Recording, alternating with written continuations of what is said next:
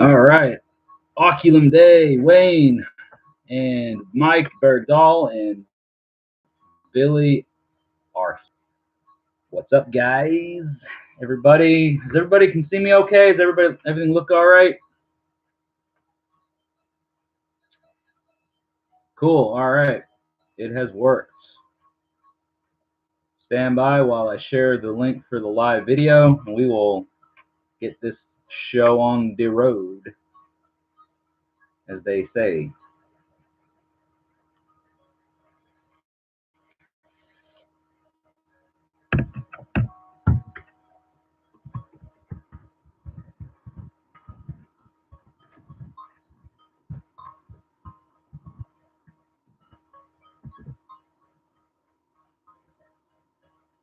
Hey.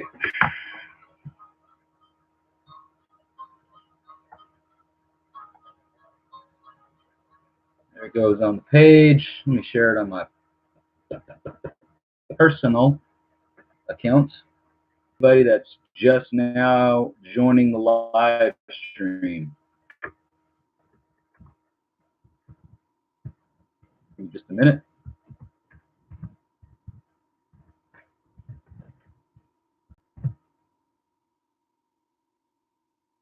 All right. I think we got the formalities out of the way. Unknown survivor checking in from Australia, my friend. Thanks for tuning in today. It's Saturday, late morning Saturday, middle of the day for you out there in Brisbane. And who else we've got here in the live chat? Hold on. We've got Billy, and we've got Mike, and we've got the unknown survivor. Always good to see you there, my friend. And who's that? Justin? Grincon? Hang on. I don't want to misname you here.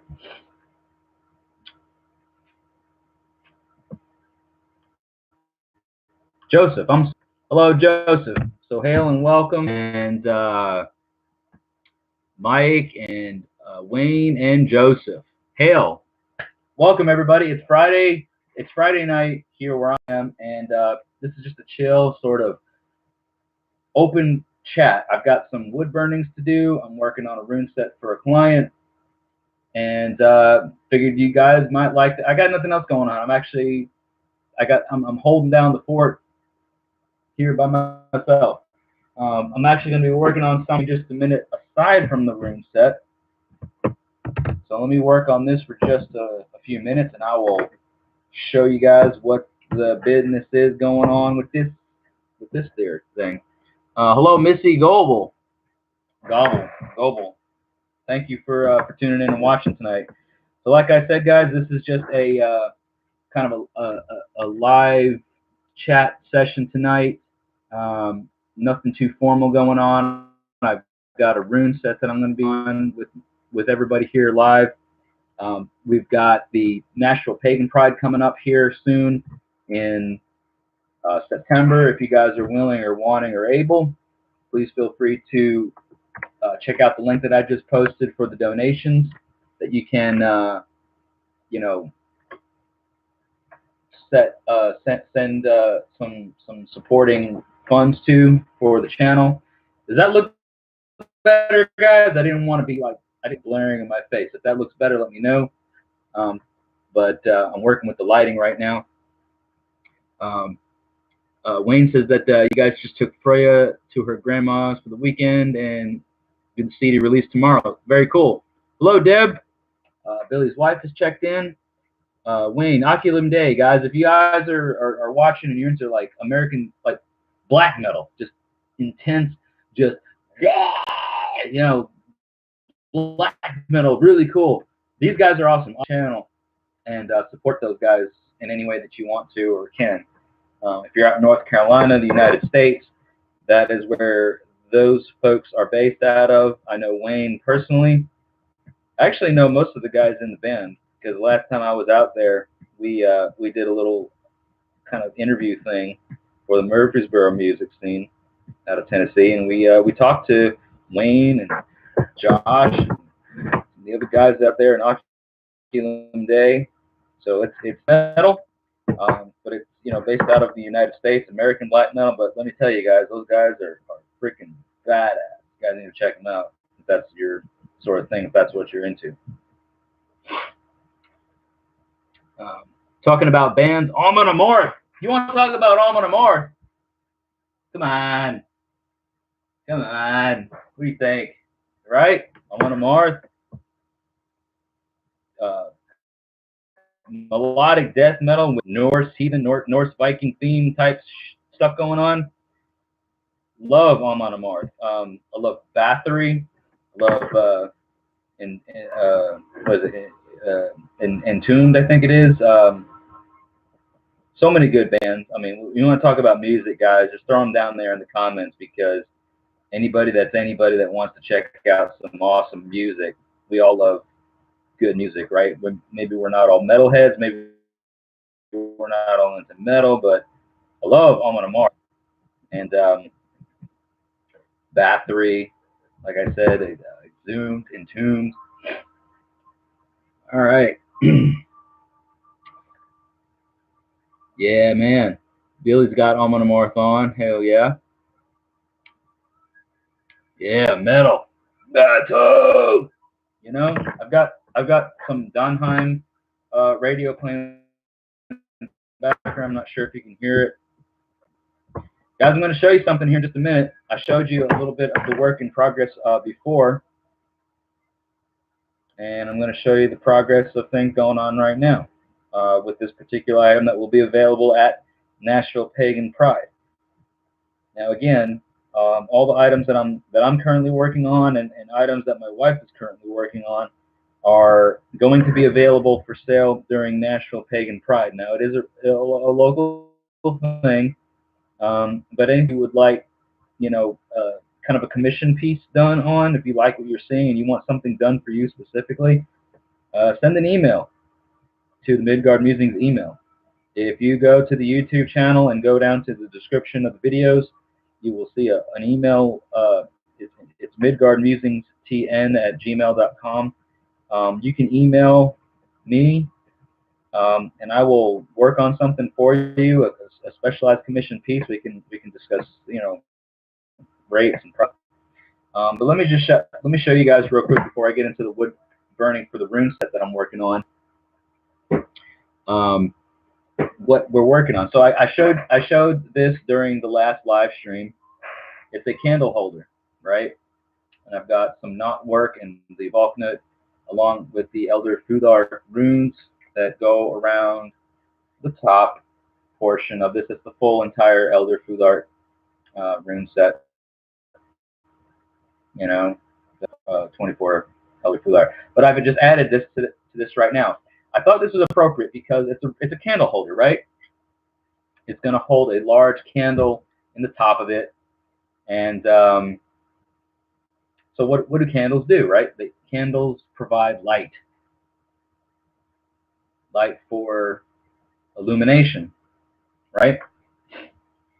So here's the front side, the Volknut wood burning that I did. So here we go. On this side, we've got Kanos. Kanos in the Elder Futhark runic alphabet, whatever you want to call it, is the torch. And it's the torch that illuminates the way in the seeking of knowledge, right? So it's not the knowledge itself, it's the seeking of the knowledge. So I thought that Kanos would be an appropriate rune to have inscribed to the side of the candle holder. And then what do we seek? What do we seek when we have the light of the torch in front of us? We are seeking knowledge. We are seeking wisdom, perhaps. And so here we have Ungsus, the rune that is quite often associated with Odin for the seeking of knowledge, wisdom, the breath, the communication, the exchange of that breath, that communication. So I thought that why not have Kanos and inscribed on either side of this. Now on the back side is blank. The back side will have something special inscribed and burned into the back side of it.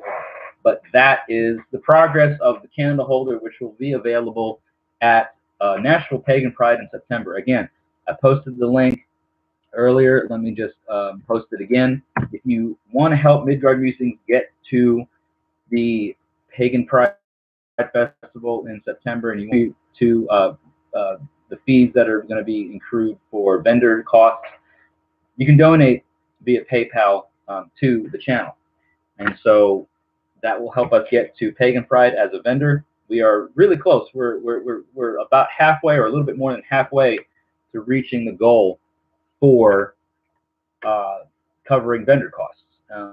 So once we hit a certain number, I'm definitely putting my own efforts into it. Everybody that's contributed, greatly appreciated. But if you haven't and you want to, the link is there. You are by no means obligated to do so, but there it is. Let me go back and just read some of the comments. Thank you, Wayne, and for the kind comments that you've posted there. Yeah, your 3-year-old, her daughter, she's sweet. We've actually met, guys. I've met Wayne, Oculum Day, the Oculum Day channel, who's commenting right now. His wife and their daughter. Really, really good people, and a great band. I have yet to have experienced their live shows, but please, if you are into black metal, check their band out, check their channel out, and everything that is connected with them on Facebook. If you're on the social media platform Facebook and you want to check out Oculum Day, all their information is up on their Facebook page. Check out their channel, check out their music. Thank you, Unknown Survivor. Appreciate that. Thank you, Joseph. Hello, New Mexican Nightmare. Hail from New Mexico. Well, that is awesome. Appreciate you checking in there. Thank you so much. Illumination, you're right, Billy. Let me just you guys flooding Oculum. Let's see. Rain for a week. Yeah, we are guys. Like, I don't know where everybody else is at, but like the whole entire southeast of the United States, anyway, it's been getting rain like crazy, and a lot of places are under flash flood warnings. There's all kinds of crazy rain coming in, so it is a pretty treacherous time. Better than I prefer the snow. I mean, I'm from New York. You know what I mean? I'm originally from New York, and for 20 plus years of my life, snow was the norm. And I thought, I'm going to move south, and I'm going to get away from it, and I'm not going to miss it ever again. And here I am now, almost 15 years living in the southern United States, and I kind of miss it. I'm like, it's wintertime, there should be snow, so that's kind of weird. Oh, cool, Wayne. You're on tour this summer, coming close. That's awesome. I hope we get to see some more updates about that. Definitely looking forward to that. Missy also came here to get away from the snow. And how's that worked out? I guess, depending on what part of the state you're in, what part of the region, maybe see a little bit of it. But if you are from any of the northern states of the United States and you're used to seeing 6, 7, 8, 9 plus inches of snow, what we get in this area doesn't really come close to comparison. Joseph, you're in New York. Well, so I am originally from Long Island, and all of my right now are in the Orange County area. So I think a little bit south and east of you, if I remember correctly.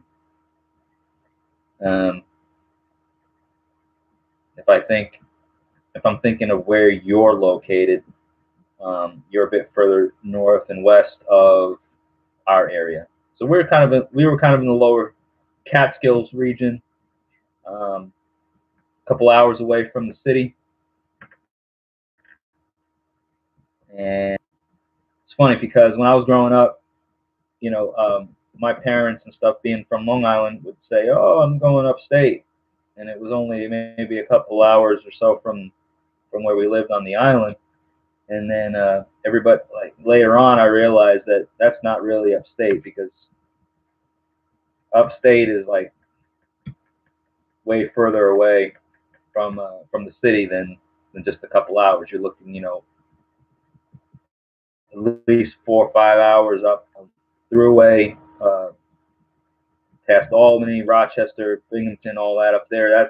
That's upstate. All that past up there. Lower Catskills, I guess, for people that weren't from up that far, you consider that upstate. But looking back on it now, I don't really consider the area that we're from as being upstate New York. Hey, the Gray Wolf, what's up there? John Delgadillo's joined. Let me say hi to John Delgadillo. It's been a while, man. Haven't seen you in a bit. Thanks for tuning into the live chat tonight. We are just doing a casual Friday night. I'm finishing up a rune set, or starting on finishing up of a rune set. The lighting is horrible on this camera, guys. I'm sorry, but anyways, what I just showed everybody is this candle holder, which is going to be available for sale at the Nashville Pagan Pride Festival in September. I linked the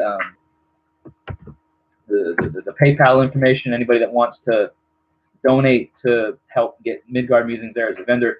This is going to be one of the items. We got the Volknut and Celtic knotwork with the Elder Fruthart runes going all the way around the top, and then we have Kenas and Onsus. So this is the torch illuminating the way for knowledge. And then on the back side will be something else that I have planned later on that I'll probably share next week. And so thank you, John, for joining the live chat. Let's see. Unknown Survivors in Australia said you were supposed to be hit with a cyclone. That's crazy. Hello, Eric Jordan. Hail, welcome to the live chat. And then hello, Gordon Hockett. Welcome to the live chat, my man. Thank you, John. Candle holders, rune set looks great. Thank you. New Mexican. I appreciate that, man. I'm trying to keep up with everybody's comments and stuff. Guys, check out the if you're interested, if this is your first time watching the live stream, I usually go live regularly on Monday nights at 7 o'clock Central Standard Time. So of course today is Friday, but this is sort of an impromptu, chill kind of Friday night chat. I've got some stuff I needed to do, and I've got nothing else going on, and nobody else is around, so I figure, what better to take the opportunity to chat. Anybody has any questions? Anybody has anything they want to talk about? Anything that they are curious about as far as Norse heathenry? If this, like I said, if you got a couple people that are tuning in right now that are some regulars, but there are some new folks around. And if you have any questions, definitely feel free to drop them in the comments, and I will answer them as quickly and as efficiently as I possibly can while I work on this room set. But again, it's just a chill Friday night chat. Thank you, Billy Geiger, for moderating the chat as well. Really appreciate you acting on such short notice. Just want to give a shout out. If you guys are in the Kentucky area of the United States and are looking for a good kindred or tribe or clan to connect with, you can reach out to Billy, because he kind of heads the Kentucky Norsemen, which again is a clan that is up in Kentucky, and they are probably the leading, I would say, the group of heathens up in that area of the United States. New Mexican Nightmare asks, which god is next in my series? So you're probably referring to the deity discussion series. Real quick before I answer your question here, let me just say hi to Sage Mode Andrew. Welcome. And so what is next on series of the deity discussions? So that's going to be something that is probably going to be obviously not this coming Sunday, but usually I do the deity discussion series on the first Sunday of each month. This past one was on Hell, and that was the second Sunday of the month. We just kind of ran into a little bit of a scheduling conflict of some things. Not exact. I don't have anything nailed down specifically just yet on what the next deity discussion is, but I have a couple ideas. So that will be announced here on the channel the week before that video is going to go on the channel here. So like in the live discussion on a Monday. So whatever the first, I guess the first Sunday of March is going to be the 3rd. So I will announce the deity discussion subject, whoever that will be, sometime during next week. You will see a post that appears up on the channel sometime during next week. Not exactly sure yet who it will be, but that's when we will announce it. Thank you, Billy, for the virtual fist bump. Yeah, it's raining here now, Mike, and it's been raining for the last several days. We are under a severe flood, like flash flood watches, but the Cumberland River, which hasn't reached the flood levels that it is right now since about 2010, it's getting to the point where it's dangerous. So it's been raining a lot, and we are in a very, very precarious situation right now when it comes to the flood levels. Wayne, thanks for tuning in. I'm sorry, maybe I missed your comment too late, but thanks for tuning in, and take care and have a good night. Thank you so much. John, the Gray Wolf says you're going to start Magic Seagulls, and like to try to hook up with you on here and do that. John, shoot me an email, midgardmusingstn@gmail.com. Let me know what you have in mind. I don't know if you use Facebook too much, but you can always message me on the Facebook page, the Midgard Musings Facebook page. But that's how you can get in touch with me the quickest way, either one of those, and I will check out what you got and see what we can do about that. You're welcome, New Mexican Nightmare. Thanks for your comment. Been enjoying the series a lot. Appreciate that. I'm glad that you liked it. Stab seagulls, old witchcraft seagulls, all mixed together. That sounds like it's going to be pretty interesting there, John. The Gray Wolf.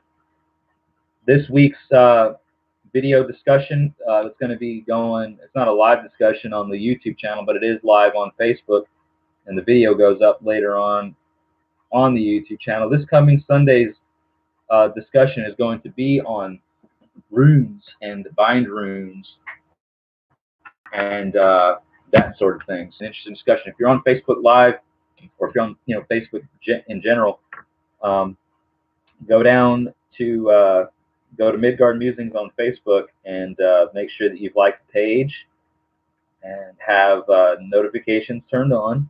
And every time I go live there, which is, again, really just only on Sunday nights at 7 o'clock, that'll be the live discussion. The videos get uploaded later onto the YouTube channel. But if you want to get in on the discussion, like I said, this week's discussion is going to be on bind runes. So it'll be a fun discussion. I think it's been something that somebody's been, a lot of people that follow the channel, that subscribe, ask about it. I've gotten some messages about doing something on the runes, and this week will be the honoring that request. So I hope you guys get to partake in that discussion and offer your insights on it.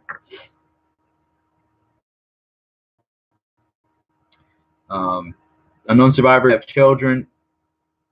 No, I don't have children. I have 3 dogs. And he says, if so, any advice on raising kids in a heathen and non-heathen relationship?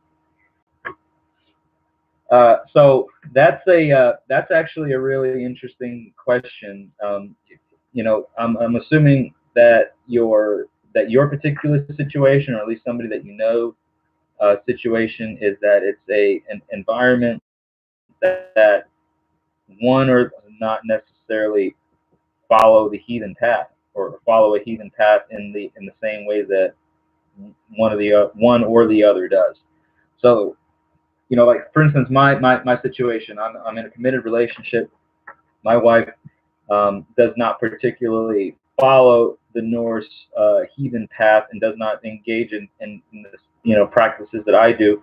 However, she is 100% supportive and actually has a lot to do with backing with some of the projects that I'm involved in here, like the Midgard Musings thing and everything like that. Like she's 100% supportive. Now, when it comes to children and having children involved, um, you know, as long as the person that you're with, like if you're with somebody who is not heathen and does not practice or observe this path in the same way that you do, but they still support it, then that's your own hearth culture. You know what I mean? Like that's your own cultic practices, things that you would have to work out with that other person amongst yourselves. I personally wouldn't want to, enforce or push um, a belief system on a child because they are so impressionable. You know, I feel that our deeds and that our actions, as carried out within our own heart, will, give if they are a part of our hearth culture, give those children something to look at and something to kind of adhere to or focus on. But in terms of like trying to enforce a belief or enforce something on somebody that's such an impressionable mind, I don't feel like that's something that is for us to do. Obviously we're in the 21st century and everything is so eclectic now. It's not the way in times where everybody was kind of the same thing. Like if I was if I worshipped or adhered to the gods in a certain way, then my spouse did, and therefore our children did, because that was the hearth culture. So there's really nothing that's there's no dogma that says that, well, you need to raise your kids in this way because this is the way, or anything like that. Like that's entirely up to you and your hearth culture. In my own opinion, that's my own insight on it. So when it comes to a relationship that has differing opinions about a belief system or whatever, then you guys have to work that one out yourself. I can't, not my hall, not my call. I can't, I can give an opinion, but I can't say that there's something that should definitely be done in every situation for every circumstance, because every circumstance is different and every circumstance kind of has its own set of parameters, things that you have to kind of work around. So I hope that offered some insight for you there and maybe helped in a way, but I really can't offer much more than that at this time, at least. Um, do I worship Satan? Hello, the Crusader. No, I don't. I'm not sure why you would ask that, but no, nothing on this channel has anything Satan in the aspect of a deity or a figure. I'm not a Satanist, and Satanists that I've known Satanists, and I've talked to a lot of different Satanists, and there's various branches of Satanism. Um, but I am not a Satanist. I'm a Norse pagan, and my worship or my veneration kind of surrounds and includes the Norse pantheon of gods. So we're talking about figures such as Odin, Thor, Frigg, Freya, some of the other lesser known gods that we won't discuss right now. But those are some of the bigger names. So no, we're not Satanists by any means. We are a polytheistic folkway, and the Germanic gods of Northern Europe are deities that we look to and kind of venerate. So thanks for the comment, thanks for the question, but there's your answer. Um, so Unknown Survivor says that she thinks you're nuts. Hold on just a minute. Hello? Guys, I'm live on Facebook right now. Hey, I'm live on live on YouTube. What are you doing? says, hi, everybody on YouTube. So hi from the Murfreesboro music scene.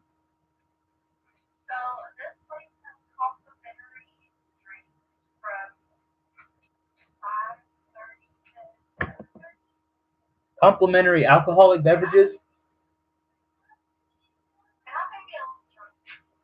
Awesome. Complimentary alcoholic beverages. My wife's having a girls' night out with a friend, and it's a complimentary alcoholic beverages. So it's all right. It's all you can drink until a certain time. Yeah. So yeah, that's a good thing right there. Everybody's agreeing. And you can take it to go. Awesome. Um, let's see.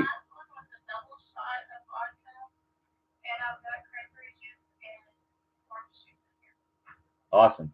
I'm reading the comments.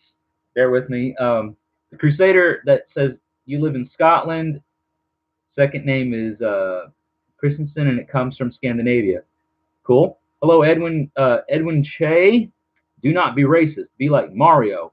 He's an Italian plumber made by Japanese people. I agree. Do not be racist. Racism has no place in this world, period, and it certainly has no place in heathenry.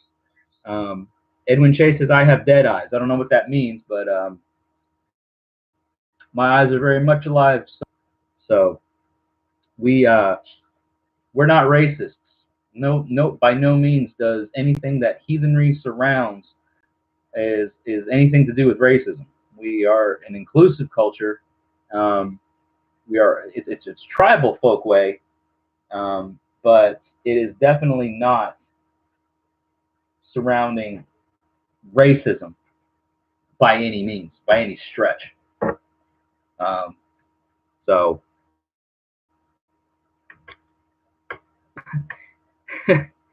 tell Jussie Smollett that. Okay. Um, you know what? I don't really follow pop culture. I know that name's been getting thrown around a lot. I absolutely have no freaking clue as to what that guy did or has done or is doing or whatever. Because he doesn't concern me or mine. So I don't follow pop culture. Um, Valhalla. That call could be the start of a call and segment for the show. You know what? That'd be fun. But normally my wife is here. My wife is the one who was calling, and she was the one who she's having a girls' night out with a friend. It's a Friday night, and I said, yeah, you know what? Go have fun. It's Friday night. Enjoy yourself. You know, so she's out with her friends. And, open bar or something till a certain time, and they've been taking advantage of that just like I would at any given point. Like that's what's up. Have a couple for you, Billy. You know what? I certainly will. I will toast to every single viewer that's watching right now. Got about 9 people watching. Really appreciate you. If you haven't already, please become a subscriber to the channel if this is something that you're interested in. Norse heathenry related subjects. There are regularly scheduled videos that appear on Sunday nights, uh, uh, States Central Standard Time Zone, of specific topic discussions. Those videos get uploaded here on the channel every Sunday, and I go live usually on Mondays. This is sort of an impromptu, off the schedule, off the cuff kind of a live stream. And so hail to everyone that's watching. Thank you for taking time to to check out the channel, comment, hear your thoughts. Really appreciate it. Thank you, Billy Geiger, for moderating the comments, and thank you everybody so far for tuning in. Unknown Survivors says he's not racist and hates all equally, unless you take them into your Midgard and then you don't care what color they are. Yeah, so let's talk a little bit about Midgard.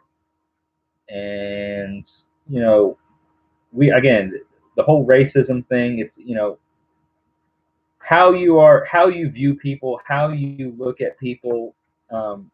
It's not based on race. It's right. It's not based on where they're from, skin, nothing like that. It's based on their deeds and their actions. If I have a reason to distrust you, if I have a reason to not like you, it's because your actions have laid out a certain precedent, right? That gives me reason to have or establish a certain feeling about you as an individual. You've done something, you've treated me in a way, you've acted in a certain way that outlines you as such and such of a person. Has nothing to do with the color of your skin, the region where you're from, the history of your ancestors, nothing like that. Has everything to do with your actions, your deeds. And again, like Unknown Survivor says, if you've been invited and even brought into that person's Midgard, which can roughly translate to as your inner yard, your inner circle, you've obviously established yourself with that person as being trustworthy enough to be in that inner circle. And anything that you do within that inner circle that will break that trust obviously doesn't sit so well with the person who has welcomed you into their inner yard, and so therefore your trust, your status can be revoked. It can be, broken. There's plenty of times where you trust somebody, you can establish a bond with somebody, and it breaks that trust, that breaks that bond, and they have to work to establish that connection again, right? So the Crusader asks, why are no airplanes allowed to fly over Antarctica? What's in Antarctica? What are they hiding? I don't know. I don't fly planes, and I don't manage that whole operation. So the what's going on in Antarctica is outside of my knowledge, and I don't know why they won't allow planes to fly over there. That thing's pretty crazy. The real war is with nationalism / populism versus globalism. Okay. Trust is a rare commodity, hard to earn, yet easy to lose. You're right, Unknown Survivor. I've established enough ties with people over the time to build trust. And then next thing you know, the years that it takes to build that trust can be torn down and torn apart in literal minutes, hours even. And you're sitting there wondering, how did this happen? How did this happen? Where this person who I trusted, who I, bestowed a worthy title on, how, how did it happen? We feel the same way about that person. That trust, that level of I get you kind of thing. Like it can be, something that is torn apart, and what are we going to do? You have to kind of work with that individual, I guess, in time to reestablish that trust. It's not anything that we can, 100% say that, because they did this certain thing, they may have had an agenda. They may have had something that they needed to do at that time. So we don't know the whole of the matter. We don't know the whole entirety of the thing. But we were affected by it, and because of those actions, we were kind of left with a sour taste in our mouth. Hang on a second, Billy. I'm getting to you. Internet's been a little slow. Let's see here. Anybody got a plane you can borrow? Crusader, I don't know. Not that I know of, unless there's pilots in the area that are willing to do so. But I don't. That seems kind of just like a weird thing.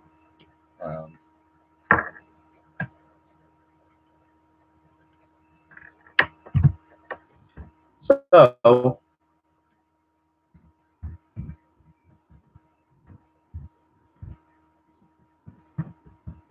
anyways, guys, it's a chill, like I said, Friday night here in the United States. Chill Friday night chat. I'm working on this. I got I got at least several rune sets in the queue. What I usually do is I'll usually burn the rune into this piece of driftwood, and then I'll shade the pieces like I'm doing right now. They all in a bag, and then they go out in the mail to the person who ordered them. You can order a set yourself through the PayPal link that was or that I'm going to actually post right now again, because that's kind of how the channel is supported, at least right now, until the channel grows a bit more. And that's how the channel is supported, is through viewer donations. Right now, that stuff can be sent through the PayPal link. Um, Unknown Survivor says he has had many people that he would call brother burn him, and I grew to the point that I'd rather avoid having any close ties, unless it's your wife and child, of course. Even had blood do me wrong. Dude, I can totally 100% connect with you on that level, because I am very, very particular about who I bestow the title of brother on. So much, like to the point where people that were like, "Man, I've known you for so long. You're my brother," this and that, and I'm like, "Yeah, you know." And it's nothing against that person. Like I appreciate that person, but there are literally very few people who I will even comfortably bestow that title on, because of the fact that I've done so in the past after getting to know this person who I thought was worthy of that title, and then things happen, and I'm like, I get burned from that person's actions, and it makes me question. And so I'm constantly in, I don't know. So I can totally relate to you on that, and I can totally, I get where you're coming from, where you're just kind of like, you know what? Let me just stick with my wife, my children, if that's applicable, um, and kind of not even bother with the rest of it. The Crusader, so it's a good argument, because where does one dare to look? The place where there is nothing and nobody suspects anything because it's all ice. Perfect place to hide something. Um, I mean, okay, yeah, it would be a perfect place to hide something. It's pretty much an inhospitable region or area. It seems like a very unforgiving area, Antarctica at least. So you know what? I don't dwell on stuff out there too much, or anything outside of what I can control. I mean, the world is a huge place. Midgard is enormous, and what are you gonna do, right? You can kind of handle or control what you can handle or control, and you can't what you can't. Hey, Joseph Marrero joined the live chat. What's up, my friend? Thank you so much for tuning in and joining. If you're just tuning in and watching, everyone, there's some new um, viewers that are tuning in. Let me just show you guys what I've been working on. This is a candle holder that is going to be available for Nashville Pagan Pride. I've commented above with the PayPal link. If you want to help get Midgard Musings to Nashville Pagan Pride at September as a vendor, any donations via that link help out tremendously. If it's a few dollars, if it's whatever you can comfortably do, even if you share the link, by no means are you obligated to do so, but just realize that it's there to get to the National Pagan Pride Festival in September as a vendor. This is one of the items similar. This is kind of one of the items that's going to be available. I've been working on. I've just added canas and onsus to this candle holder on the back side. There'll be a special thing that gets added to that. Once it gets added, I will share this to everybody. And again, the whole thing it's a very raw format right now. I'm kind of just getting out of the light a bit, because the fluorescent light kind of changes the imagery of it a little bit, stained, and so there will hopefully be some more similar items like this. Let me also show, this is the first time I've showed it tonight on this live stream. If you haven't already, there's a giveaway going on. I'm going to announce the winner of the giveaway next Monday. The first Monday's live stream on Monday, which is going to be March 4th. This is the giveaway item. This is just a trinket box. You can kind of see, yeah, it's a couple inches deep. You can keep your runes. You can keep whatever you want here. There's the Midgard Musings bind rune on the top. It is fully stained and sealed with the with the Elder Futhark runes that go around the bottom of it. I'm trying to get it to where the light doesn't reflect off it too much, but you can kind of see all the way around the bottom of it are the Elder Futhark runes. So the giveaway item. The way you enter the giveaway for this is a 3-step process. First, you have to subscribe to the channel. Second, you have to, after subscribing, turn on the bell notification, which is that little bell that you see after you click subscribe. There's a little bell symbol. You have to click on it to make sure that the bell notifications are turned on. Once you've done that, the next process is to screenshot that you are subscribed and have bell notifications turned on. Pick a number between 1 and 1,000 and email it to midgardmusingstn@gmail.com. And I'm going to put that down in the comments here as well, just the way you guys have it. And that winner we will decide as a random number generator. We will randomly choose a number between 1 and 1,000. If your number is the number selected or closest to the number that is randomly generated, you will be of this item, and it will be announced, like I said, during a live stream on March 4th. So March 4th at 7 o'clock Central Standard Time, when I go live on this channel, you will be, if you've entered the giveaway through the contest rules and guidelines and everything, you sent it all in, and we will figure out. It'll be next Monday, actually. Not next Monday, 2 Mondays from now, so 2 weeks. We'll announce the winner. All right, so let me catch up to the comments. Lost a child to the action of your own mother, brother, and sister. I'm sorry for that, unknown survivor. I didn't see that before, and I'm sorry for that. That is tragic. Sage Andrew says it does suck to be let down by persons after person, and makes you not want to put any faith in anybody or get close to anybody, but also makes you appreciate even more the people who don't do right. You know, I mean, what I do here, the way I connect with people and stuff, I have my guard up much more than I ever have in the past. So when people pull through and when people actually display integrity and show their worth and prove their worth, it means a lot more. Been disappointed by a lot of people. Yep. And you have to have higher standards. You got to, you know, I guess things kind of change over time. We have to kind of adjust our view on certain individuals or people in general. We have to kind of adjust a bit over time before we allow them into our inner circles, you know, because people are different in all kinds of ways. Billy says that those that make his inner guard and their family, why it's a very small list. Exactly. Kin killers and oath breakers are the lowest of the low. You're right, unknown survivor.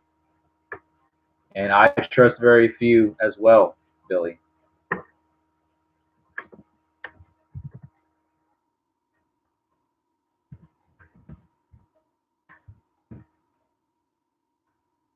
So anyways, the rune burning is going along slowly but surely. Like I said, I've got anybody that or message me on the Facebook page to get rune sets made. I've been working on them in all my spare time, guys. Like I said, it's a Friday night, and I thought, well, what better way to you know, keep some things going? I could sit here and do these rune sets by myself, but let's get some interaction. Let's get some, you know, talk about things with people. We're just under an hour of streaming live here on the channel, and you know, I thought, let me look a couple stones, or kill 2 birds with 1 stone, 3 birds with 2 stones, whatever. Let's multitask, you know. I've got several people who have placed orders last week that I'm literally currently working on their rune sets now. Joseph is actually in the live chat. Joseph Marrero, you're one of the ones that I'm going to be working on rune sets either this weekend or the coming week. I've got several people lined up rune sets, and you are one of them. So if I'm not working on your rune set right now, it's because I've got one or two people before you that I'm finishing up on. So I'm working as efficiently as I can with the spare time that I have. So thank you for your patience. Um, all right. So thank you for your understanding, Joseph. Like I said, it's by no means. And I don't. Everybody has lives that with activities that take up things, myself included. But I totally appreciate the time that people are asking me to take to get them their sets, because you can literally go anywhere online nowadays and get a rune set. If you're wanting a rune set quickly, you could go online. But this is it means something to me that you actually that folks have actually come to me and asked for these sets. Um, it's humbling actually, and let me just say, let me kind of shed a light on this community and the fact that the people who reach out and ask for a rune set, out of all the artisans out there, out of everybody who does this sort of thing, out of just the convenience factor of ordering something from a larger base sort of mass produced company, somebody for them to choose to communicate with me and to work with me to get a rune set and be willing to endure the time that it takes for me to make these things specifically, that means a lot, because again, in any kind of way, it helps support this channel, the growth of this channel. It does help a lot, maybe more than you guys might know, but it definitely does help. Um, Unknown Survivor, in your comments, finds that if someone tells you that they are heathen, that you hold them to a slightly higher standard to those as opposed to those in your everyday life, because heathens know what not to do to fellow heathens. Hello, Jerry Robbins. Thanks for tuning in. I'm going to get back to your comment, Unknown Survivor. Just wanted to say hi to Jerry. Really appreciate you tuning in. It's been a while since I think this is the first time you've tuned into the live stream. Jerry's a friend of mine, and I appreciate you tuning in to the live stream here on Facebook or YouTube. Sorry, but going back to Unknown Survivor's comment, you, there's no like 100% structure of how heathens are supposed to be, right? So but we do tend to, I think, hold people who believe in these gods or walk this path in their own way. We hold them to a certain standard because, hey, you relate to them or they relate to us. We can relate on a certain level, right? But the issue that arises is that sometimes those individuals, those people, will have opposing views that are so far away from the generalized path. Because there's kind of this generalized path I think we can all agree on. There's this kind of this general that you can go one way or the other. And if you're just way off in left field somewhere, you can't really jive with that person. You can't really jive with their views on things. And, what are you going to do? You just kind of have to sever those ties. You can't really go anywhere with that person because their views are just so far off on what the basis, the backbone, the roots of heathenry are, whatever that may be. So yeah, I kind of tend to agree. We hold them to a higher standard because we feel like there's something that is about this path, about this way, about this folkway that covers heathens as a whole. So when you see certain things that just totally go off that path, you're like, man, really? Had to do that recently with some people. But Billy says that if he calls you brother or sister, you made, and that's why you seldom hear or see you say it. That's exactly my view. And some people may get just like, I'm going to call you brother, but I know you won't call me brother, and that's fine. You know what? Whatever your approach to this thing is, if you want to call me that because of whatever, I'm not going to sit here and be like, shut up, don't call me brother. I'm not your brother, blah, blah, blah. I'm not going to look down my nose at that. But at the same time, I don't expect anybody to just automatically assume that I'm going to reciprocate that term to them because they just called me that. And, oh, wow, we're heathens, so they're brother. No. You have to earn it for me. And if I don't know you and I haven't experienced, if I haven't shared weird with you, I'm sorry. I'm weird with you. Like just a one chance or two chance type of encounter. There's got to be something that exists in our relationship. The weird that we share has to have been impactful enough for me to call you brother.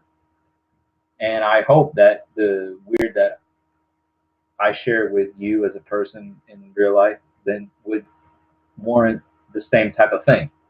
But if you call me that based on whatever, I'm not going to take offense to that. I'm not going to for calling me that. Just realize that if I don't reciprocate and I don't say the same thing to you, that it's not a personal thing. It's just the fact that, hey, you haven't earned that to me. I don't know you well enough and I haven't experienced enough with you to warrant that type of title to be given to you. Because that is something that I literally will defend with my life. If you are worthy enough to be called that, then I will literally defend that title and you where there is nothing short of extreme, like you have to earn it, right? There has to be work there to earn that title for me. So I kind of went on a bit on a rant for that, and I apologize, but there you go. Let's see. Joseph says that you wouldn't build a thing that you agree with or support a needed outlet for your community at large, and receiving something made with love, understanding, and knowledge is put into each rune, makes them personal, thoughtful, and powerful. Yeah, you know what, Joseph? If you're talking about like the rune sets and whatnot, it's I appreciate handcrafted, locally sourced types of things. So if you're an artisan in an area, if I can support you in any way, I would want to do that rather than buy something that's just mass produced, impersonal in a way. So I get it, appreciate that sort of attention to local artisans, local craftsmen. Even if this is stuff like, I'm procuring the products from a corporate environment, but the materials themselves are procured from a corporate environment, but the making them look the way they look and involving the burnings and the shadings and everything, that's personal. That's from me, right? I agree with you on that. Unknown Survivor doesn't mind opposing views in it's the interaction between others. Yeah. So again, I'm not the type that, hey, if you don't agree with me because of what I believe in, then we just can't jive. Like, no, that's not it. It's just that there are certain things that really defy what heathenry represents. That like the whole racism thing. Like you have to be of Northern European descent, you have to be Germanic, blah blah blah, in order to follow this path. I don't believe that. I don't think that has anything to do with this path, and I don't think that you can tell me otherwise through facts. I understand the value of the roots, and I understand that the value of ancestral ties and that way, that there has to be some sort of connection through that. You know, we can't hail the gods and whatever, but like, we have ancestral veneration is such an important part of heathenry that if you don't have any sort of ancestral ties to that region, it'd be like me. Just like, let's say for instance, if I didn't have any, like, Middle Eastern, or Indian, from the country of India, uh, if I if their polytheistic way stuck to, you have to have you are tied to their pantheon, you are tied to their gods, you are tied to everything about them because of familial ties, because of ancestral ties. And if I didn't have that, I don't think that I would experience things the same way as those that do. So it's kind of the same thing. It's not that I'm saying you're excluded from this path because you don't have Germanic ties, you don't have Northern European ties. I'm not saying that, and I don't feel that is part of it. What I'm saying is that the ties and the strength that you feel from this path are maybe are greater when you have those ties and you have that sort of ancestral connection, because we are such a ancestry or ancestral focused folkway. Um, so that's kind of where my stance is on it. Let's see. Hello, Milo Malware. Didn't get your notification. Thank you for tuning in. Thank you for commenting. Um, I'm actually working on some rune sets as we're talking right now, and you are in the queue. So I have you and a friend of yours who ordered a rune set recently, and so your friend's rune sets are either being worked on or have been completed. So once everything is done from my end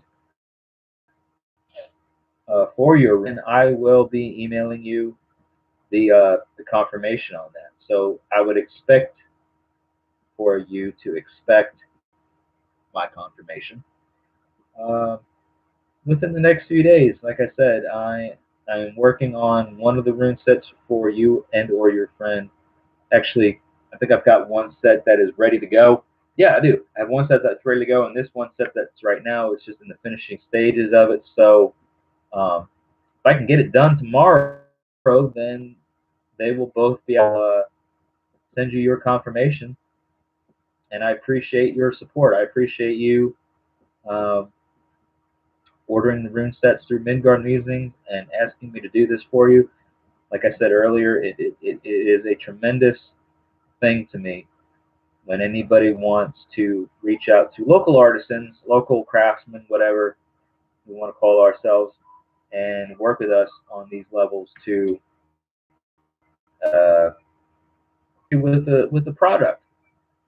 Like I said, these are rune sets that the wood themselves. I don't it's not something that I grow or harvest from my own property, but I buy them from a corporate store. But the shading, the burnings, everything. It's something that I put into this product for you, and I appreciate you investing into this channel and investing into the growth of this community and asking me to do this for you. It means a lot.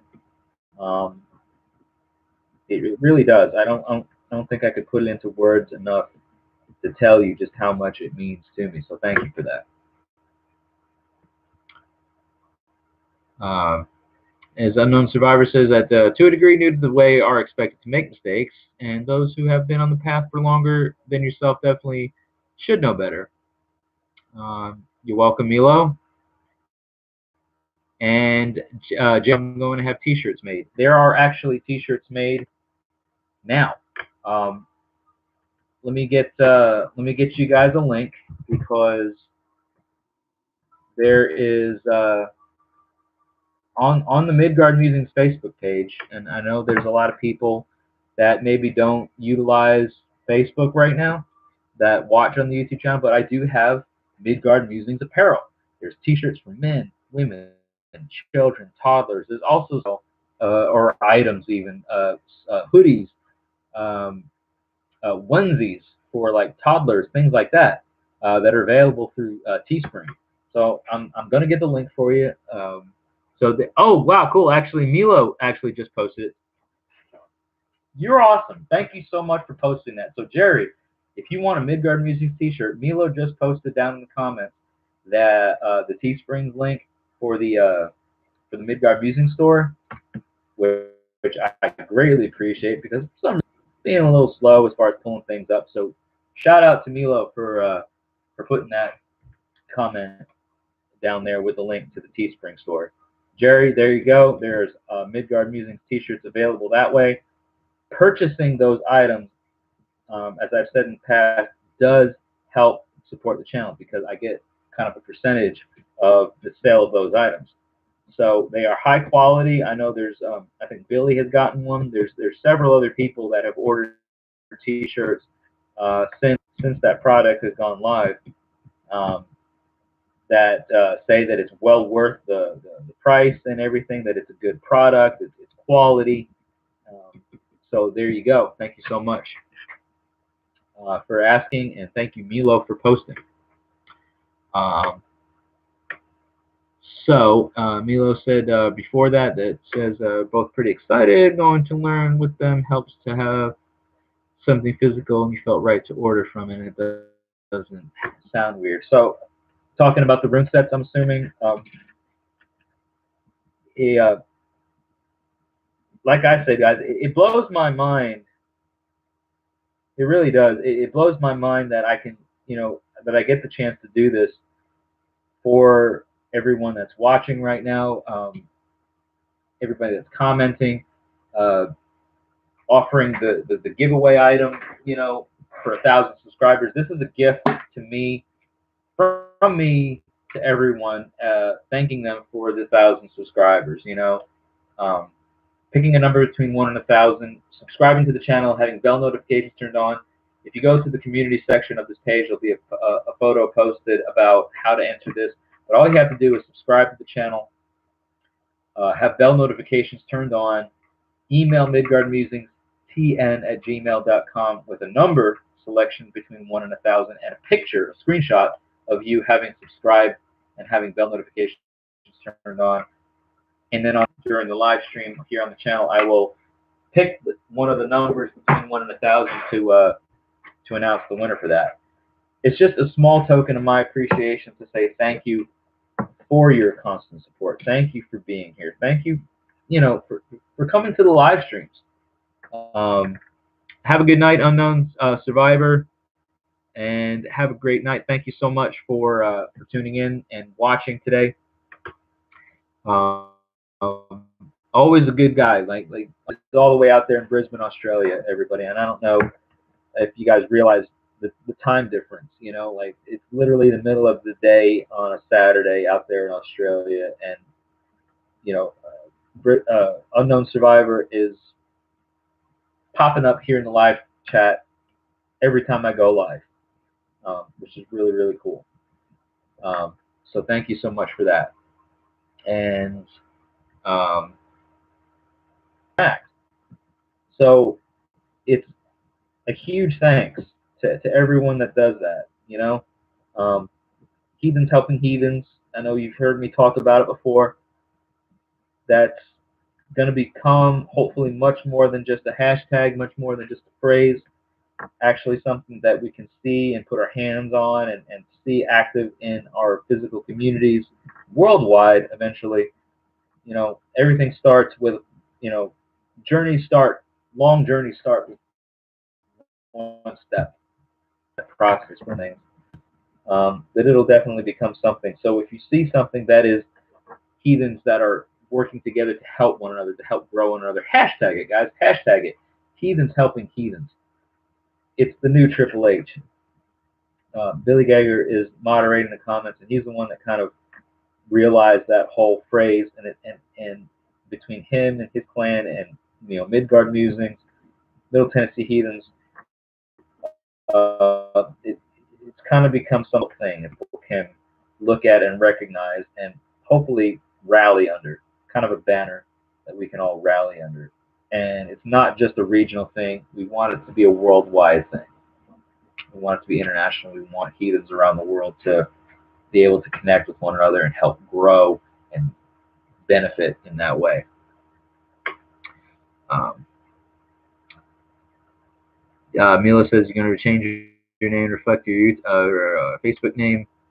Um, that's cool. I mean, uh, whatever. I mean, whoever you are, whoever you want to be called, Skull. Thank you so much. You've taken the time out of your day, your night, to comment and be part of this live chat. And not only that, but you've actually you went above and beyond and shared the Teespring link to a fellow heathen here in the chat to direct them to support me. It was totally unnecessary on your part. You didn't have to do that, but you did it. And so, hail, thank you, Skull, to you. Appreciate that. Really do. Thank you very much. I'm happy to be able to serve you in this way with these rune sets that you asked for. Billy's got it there. Heathens helping heathens with the hashtag. Doing a great job moderating the chat tonight, guys. It's been a wonderful, wonderful chat going on right now. I am just going to take a literally maybe 30 to 45-second breather, just so that way I can go drain the vein. If you get my drift, if that's all right with you. Let me just step away for a minute. I gotta go and take care of that business. I am not leaving the live chat, so don't go anywhere. I will be right back as quick as I possibly can, and we'll do some more wood burnings here. Thank you guys again for sticking around tonight because it's been fun.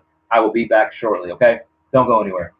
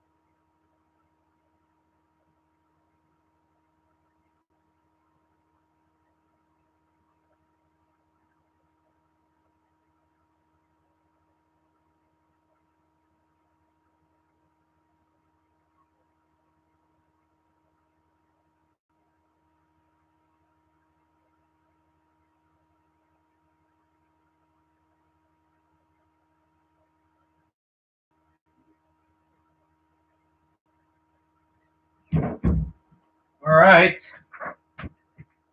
All right, I'm sorry, guys. Nature calls. Got to answer, right? All right. Uh, and we got to answer the number. Number 7. Number 7. What are you talking about, Joseph? Having an issues notifications not pinging. Milo, what notifications are you talking about? About not being notified when the channel goes live, or um, what exactly? I maybe I can help with the answer there. I'm not sure. And anybody else that's tuning in, anybody else that's just tuning in and watching, you got any questions? Let me know, and I will try to answer you there. You do have the bell clicked. So I don't know how the YouTube algorithm works. I know that if you have bell notifications clicked and enabled, then you should technically be notified when that channel goes live. Now, how far along the live broadcast of that channel when you get notified happens, I don't exactly know. I don't know how the Facebook or the YouTube algorithm works on that. But I know that as long as you have the bell notification enabled, with the bell thing that appears next to the subscribe button, there's going to be those little quotation marks or vibration features that appear next to the bell. As long as you have that, then your notifications should come through on your devices, as long as you have those devices connected. Like for instance, YouTube uses your Google login. So as long as you have YouTube on your phone and you're Google login and all that is enabled, then you, for as far as I know, should be enabled or notified as long as you have those bell notifications enabled. Again, how long or how far into the live stream you were notified, I'm not sure. Um, that just may be a YouTube algorithm thing. Um, I was a teacher on test day. Hello, Shannon Miron, and it's Chris using your wife's YouTube to chat, to watch on live Xbox. Well, what's up, Chris slash Shannon slash everybody? So, hello, Shannon and Chris. Thanks for watching on your Xbox Live. I'm actually currently working on a rune set for a client who's a part of the live stream today. I've got some runes that I've already done the line work on, and I'm working on the shading right now on several of the runes. This is kind of a casual Friday night live stream chat. Something else that I was working on that I was showing everybody upcoming here in the Nashville, Tennessee area.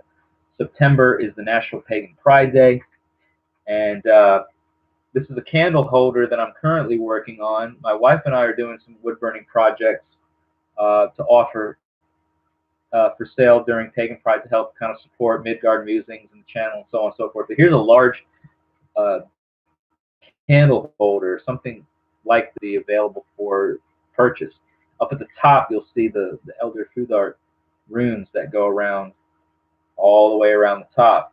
And on the front side is the Volknut with some, and then there's Celtic knotwork that goes all the way around. But because it's a candle holder, because it illuminates, and because it's an offering of a space to hold an illuminating light, I've got the Canas rune on one side and Onsus on the other, which kind of, to me, is an indication of the seeking of light and illumination to gain knowledge. On the back side is blank. That will be something that I add later on. This will get stained. Right now it's just kind of in the raw stages, but this will be available for sale during National Pagan Pride. Also, if you're new to the channel, a giveaway that I'm running right now is this wood box, which I've stained and sealed with the Midgard Musings binder on the top.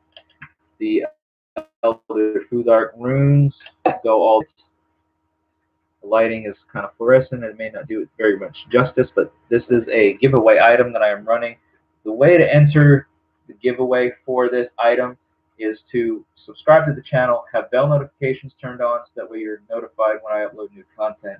You pick a number between 1 and 1,000 and you email a screenshot of the first two steps that you're subscribed and have bell notifications turned on.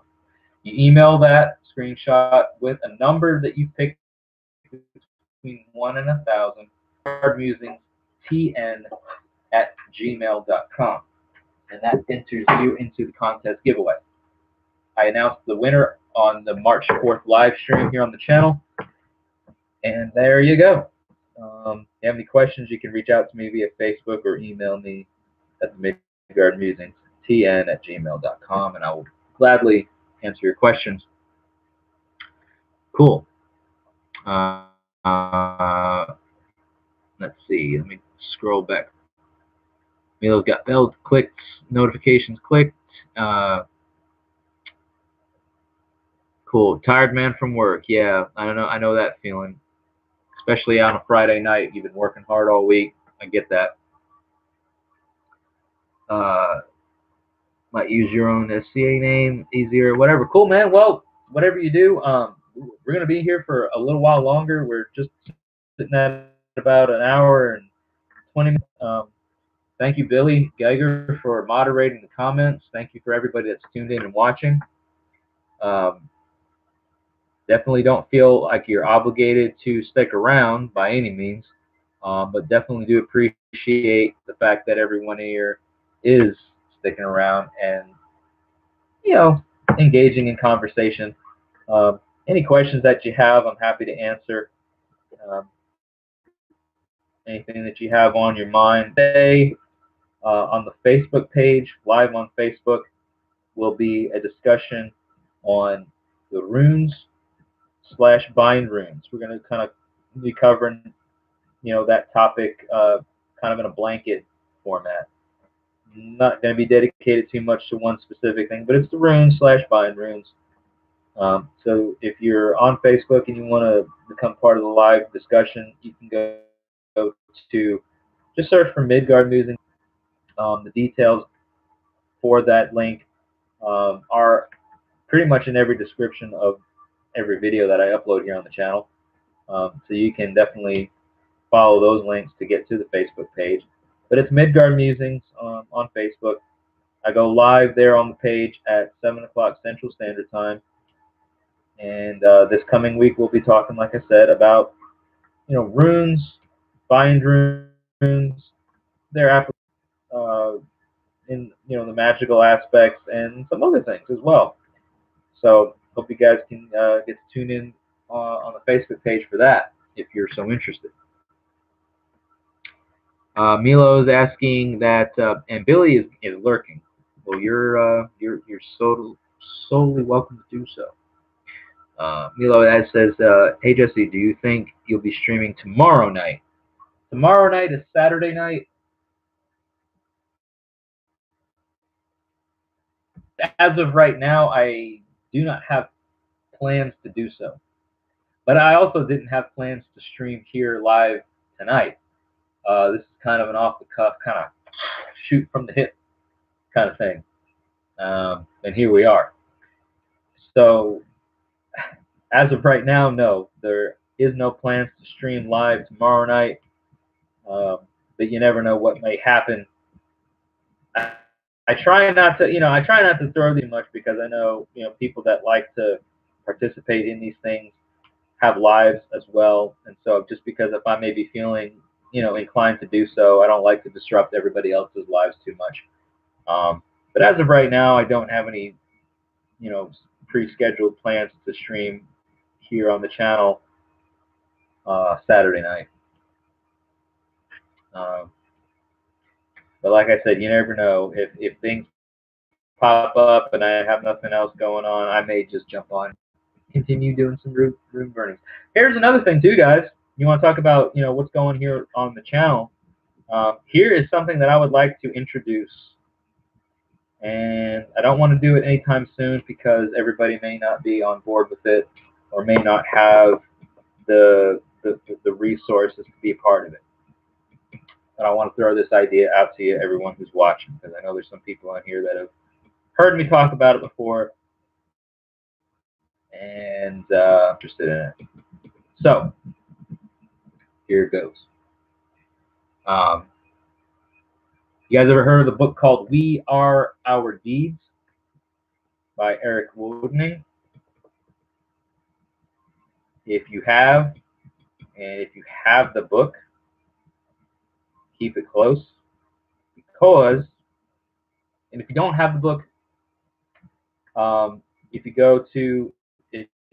just internet search "We Are Our Deeds," one of the links that should come up is a link to a site called Lulu.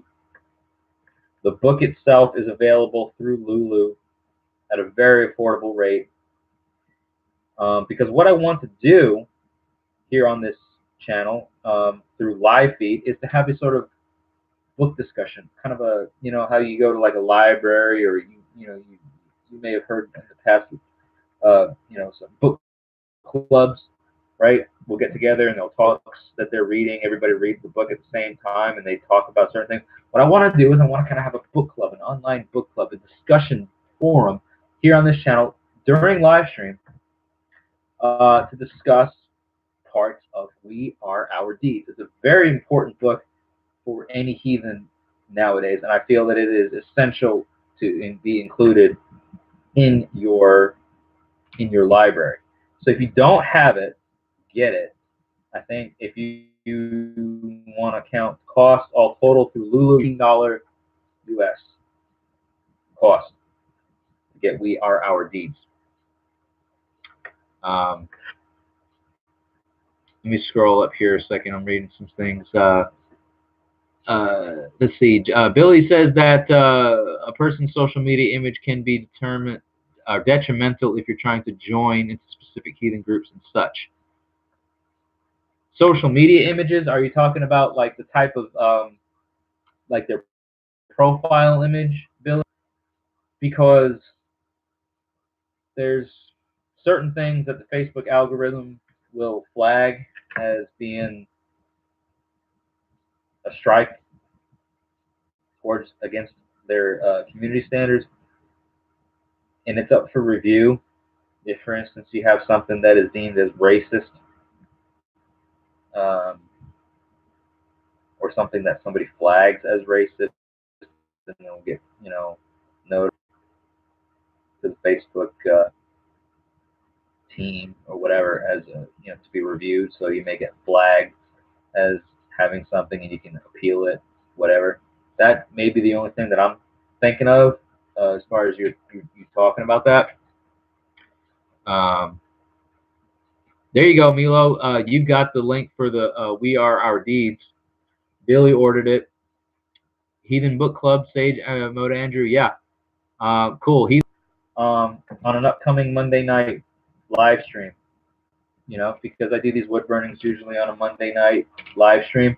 What I want to incorporate is after these wood burnings are caught up on, and I'm, something else, something interactive. So you guys are not just sitting here looking at me, looking down at this piece of wood doing this thing.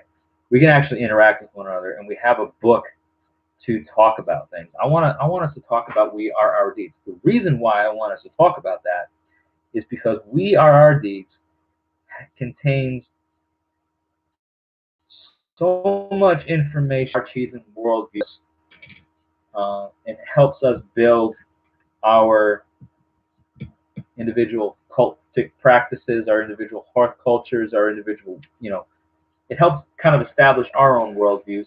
Because again, my worldview on things, I don't necessarily say that because what my worldview is the entirety of the heathen worldview, right? But the book, such as like We Are Our Deeds, definitely lays out a sort of generalized worldview. And I feel for us as heathens to understand kind of like we're drawing from an ancestral path. We're drawing from a very ancient path. We have to know, at least to some extent, what those views were at the time. So I feel like it would be a really cool, fun thing to do here on the channel live on Monday nights. If we get at least a few people, maybe 4 or 5, half dozen people, whatever, to get the book, we can sit here, we can start in chapter 1. We can discuss things, and we can have interaction one with another. So if that's something that you guys are interested in, Milo posted a link down here in the comments on where you can get that book. It's very affordable, and it's very important. Let me know if that's something you guys are interested in, because I would definitely like to incorporate that in maybe in the next month or so. Give people enough time to order it and get it in their library, read it themselves, get kind of familiar with it, and then let's have some dialogue. Let's have some interaction with one another. Let's get to know each other and each other out in terms of, okay, well, I'm reading this certain thing. Here's what I kind of take on it. That sort of thing. So if you guys are into that and you want to be a part of that, let's do it. I think it would be a fun thing. I think it would be way more fun than just you guys sitting here looking at a screen, sitting me going, whatever on a piece of wood, which is fine. We're still interacting, we're still talking. So that and beyond that, like once so it'll start. Like let's say it starts with We Are Our Deeds. And then where does it go from there? We can get maybe some more books. We can talk about some of the sagas. We can talk about some of the mythological stories. Some of the poems, this and that, and the Poetic Edda, or other things. Things that kind of embrace this specific path. We can talk about in the live stream. I think it would be really fun. It would definitely make people feel more interactive and connected. Right now, guys, I'm working on this room set. The lighting is horrible when I get close because it's such a fluorescent light.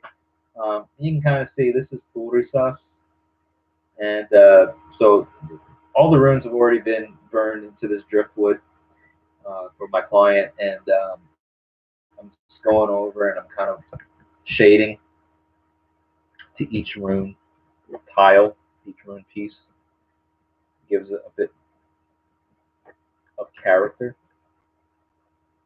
And everybody that I've worked with, everybody that I've sent these rune sets to, seems to like the style that in which I deliver them. So I'm going to continue doing them in that way and kind of be consistent in that fashion.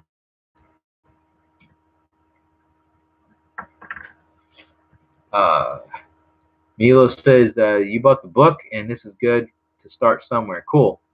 Norse Mythology by Neil Gaiman as well. That is one. Funny enough, I've heard so many great things about it. Never heard a bad thing about it. Have yet to own the book or purchase the book. That is definitely on my list, though. There's so much stuff that to add to the library. This is heathenry. We've all heard it, I'm sure, before. That is a religion, if you want to call it that, or whatever. It's a path of homework. So everybody's like, well, get this book, get that book, read this, read that. Yes, 100%. Like, you got to understand and learn things, but heathenry, more importantly, is it happens at the hearth. It happens at the grassroots level. So yes, educate yourselves, read materials, but don't ever think so being a thing itself and being an active heathen. You know what I mean? Helping your tribe, helping your heart grow. Billy says our deeds is $16 ish after shipping. Yep. Live book club. Live book club staff. So hello, Wilded OSE. What's up? And let me see anybody else that may have joined. Oh, everybody looks like we're all caught up. But welcome, Wild. And we're talking about the future live stream subject, right? That maybe a kind of a live book club discussion. We're talking about we are our deeds, which Milo was so very, very, very generous and very courteous to post here in the comments. Actually, let me get rid of that because I was trying to share it and it didn't let me share it. But anyway, it's up there in the comments. Milo shared it. Lulu.com, symbols. Just reading through the comments. Norse mythology. Yep. Sorry guys, I'm catching up with comments. For your TV, back in. Well, what's up, Chris? Welcome back. There it is again, Milo. Milo's on top of it tonight. I gotta say, thank you, Milo, for keeping everybody, informed about what we're talking about. Earlier, it was what was it? It was one of the events, or it was something that you shared earlier, and now you're sharing the Lulu thing topic. You're on top of it, and I really appreciate it. You don't have to do that. Like, you don't have to do that by any means. You're helping out, and Billy recommending the Icelandic sagas. Yeah, 100%. The Icelandic sagas. There's so much that is covered in these various things that they're not necessarily documented in a prose fashion, but the Icelandic sagas are certain. Every day on the Midgard Musings Facebook page, there's going to be sort of an inspirational quote from one of the sagas, one of the Icelandic sagas. So you can definitely tune into the Facebook page every day, and at some point in the afternoon, usually local time, during the day, there'll be an image of some sort of graphic posted that is citing a quote sagas, one of the Icelandic sagas, and you can always go back and you can research on where to get it. yourself if you're looking for a physical copy of that. But there is so much in the sagas, and I feel like that is one of the things that is lost. Like a lot of people are like, well, I'm just going to read the Hoggermall, or I'm just going to read the Poetic Edda or the Prose Edda. Like you can't limit yourself, like read everything you can about anything you can, because there's so much about this folkways in some of the sagas, certain practices, certain approaches to things that offer so much helpful insight. You're doing yourself an injustice to ignore those sources. You know what I mean? So thank you, Milo, for sharing that. Um, and it is heathens helping heathens. Milo, I would like to raise my glass to Milo for doing what they do not have to do. Like you don't have to share those links, but you are doing it, and you're being an interactive, helpful part of this live stream. So, Hail and Skull, thank you very much for your interaction and for your help with that. It means a lot, and I'm sure everybody is appreciative of it as well as I am. So, thank you.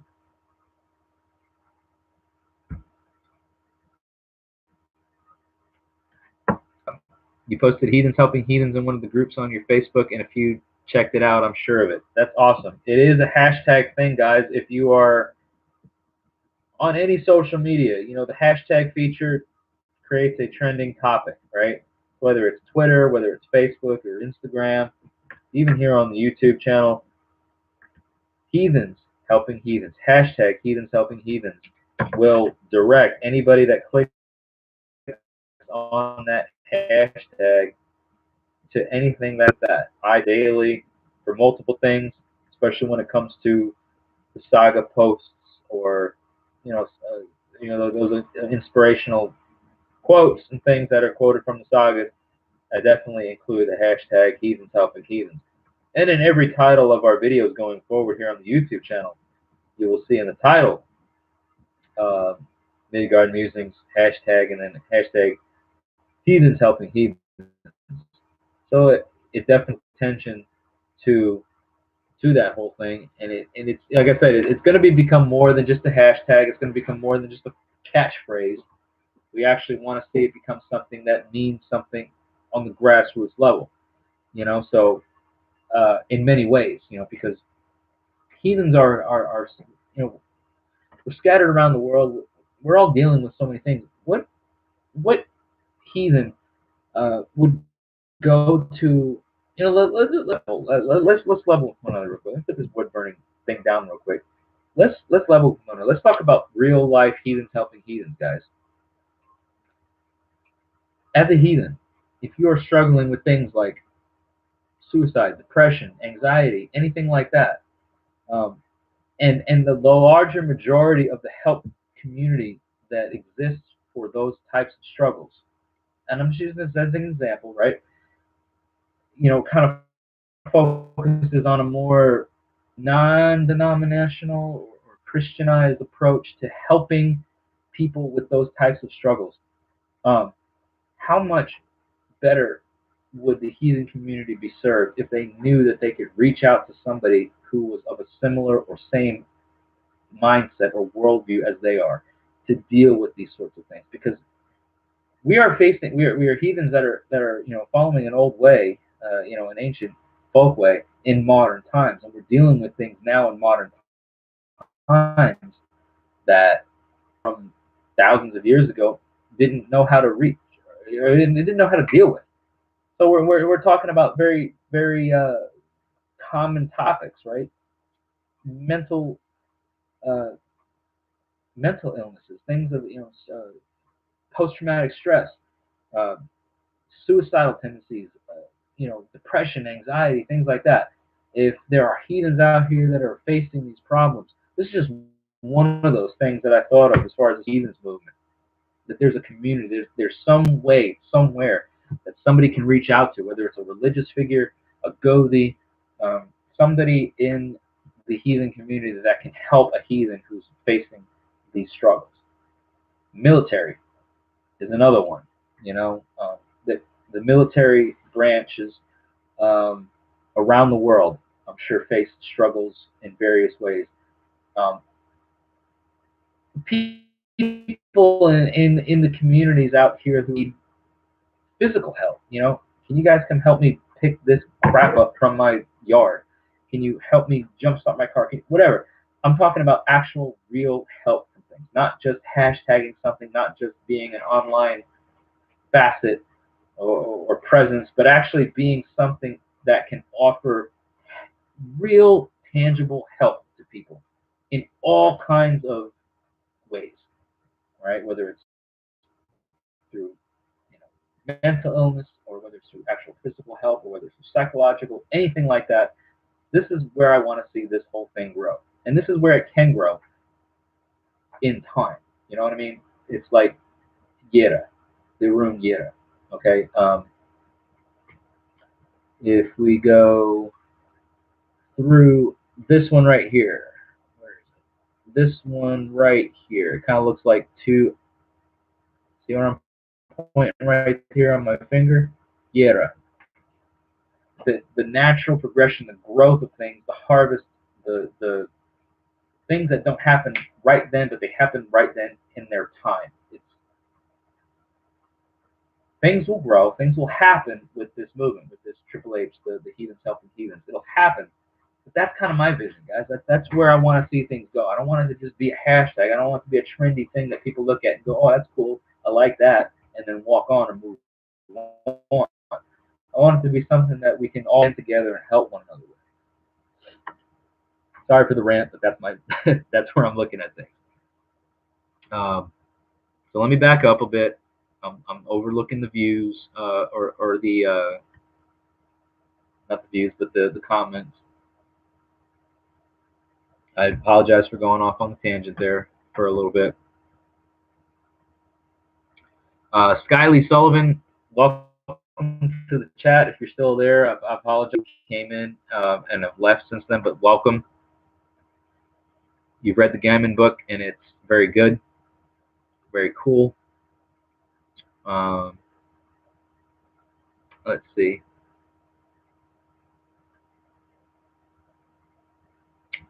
It's on your tribe business cards, Billy. Cool, man. Really cool. All right, Milo is same on Facebook and his community reaching out to talk, and this is you opening the door officially. Well, everybody that's watching that sees Milo's comment, there you go. That's very kind. That's very generous to offer yourself as a point of contact to the community, in that fashion. That's very generous and that's very kind.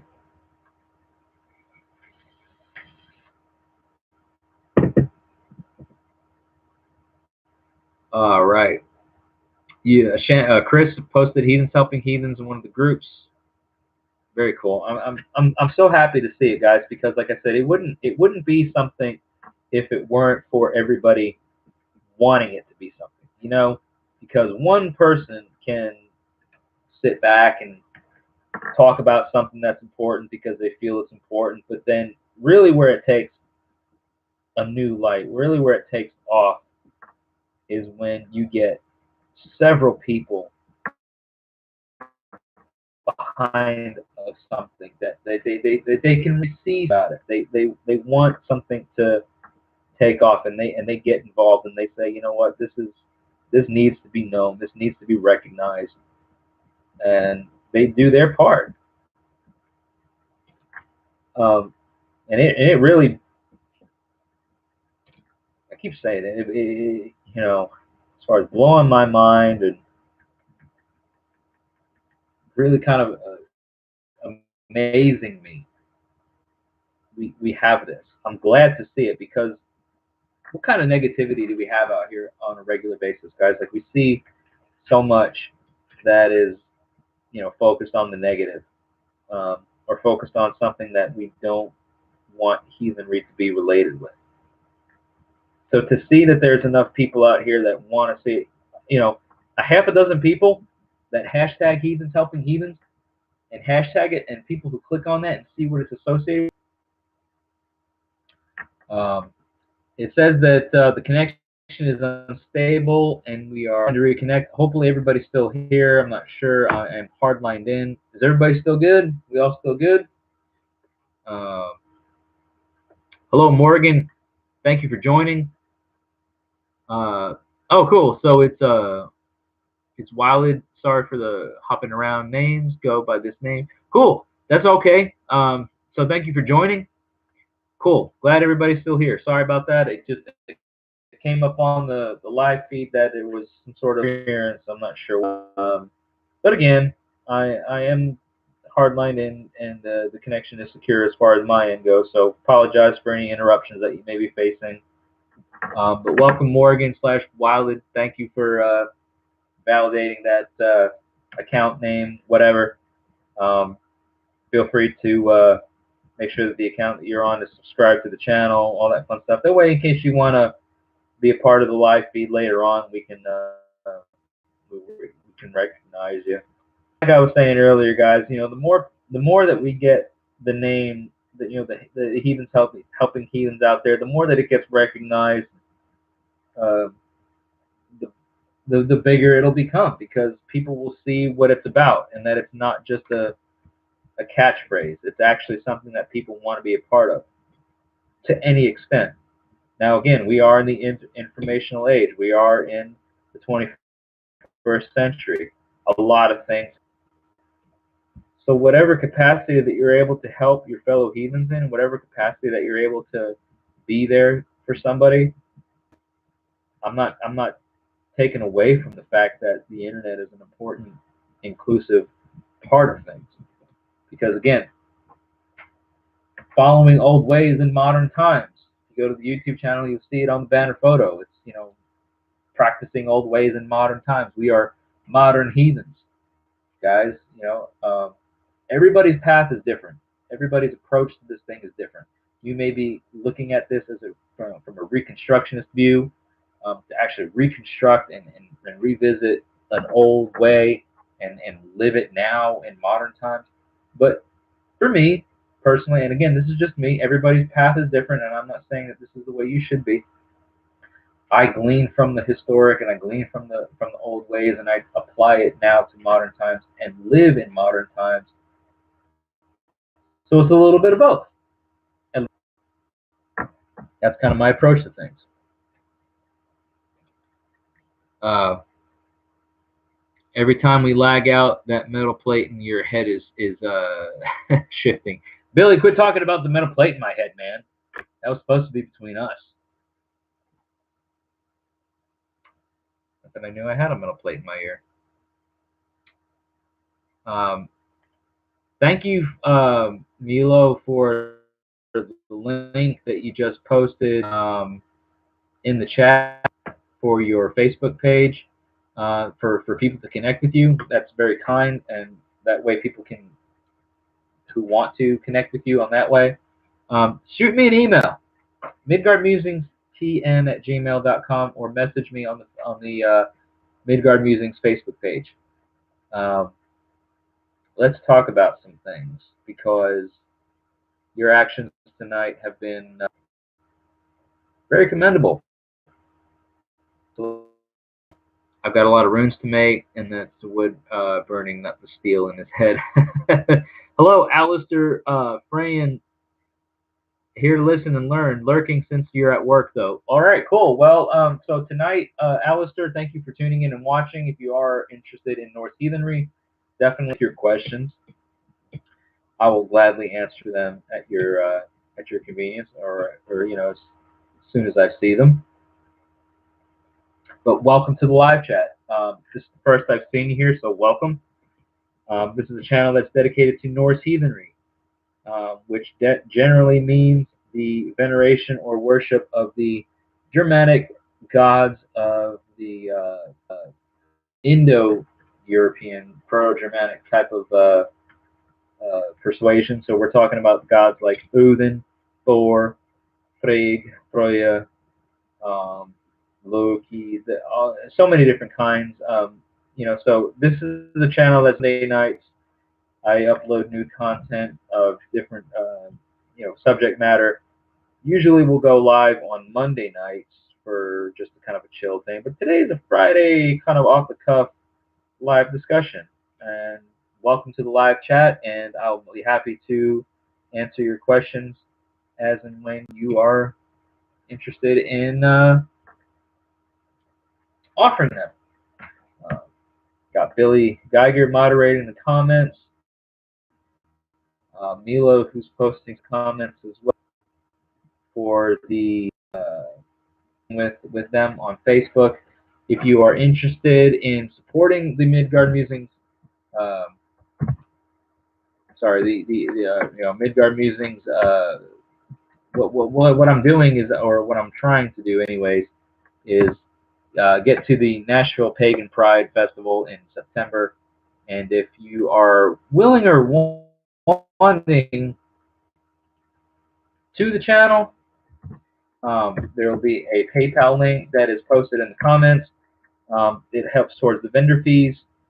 I do offer wood burnings for rune sets, which is similar to what you will see I'm working on right now.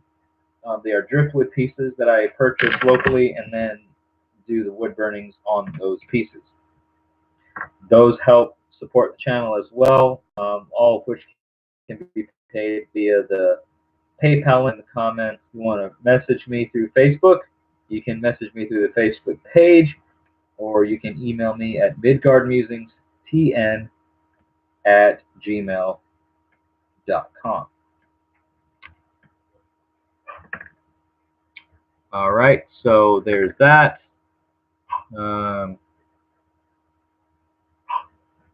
Everything's being a little bit slow on the phone, but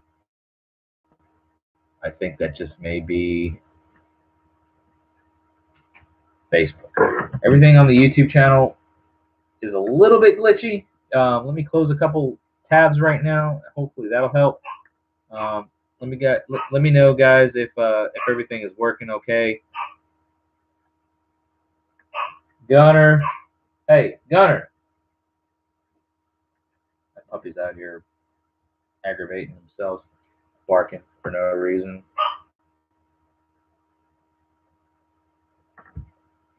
All right.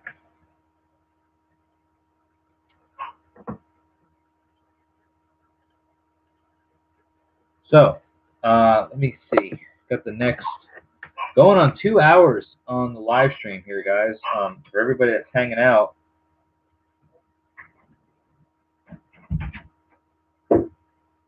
Shut up, Gunner. Dogs will do is they'll hear stuff outside and they'll just kind of go, not berserk, but they'll vocalize themselves. Anybody out here that has puppies or dogs kind of knows the dealio as far as that is. Gunner sounds so cute. All right, well here, Gunner, come here, Gunner. You guys want to see Gunner? Come here, Gunner. Come here, Gunner. Here's Gunner. Here's the ferocious Gunner. Gunnar. You guys know Gunnar, right? From the sagas and stuff. Here's Gunnar. Gunner. Say hi, Gunner.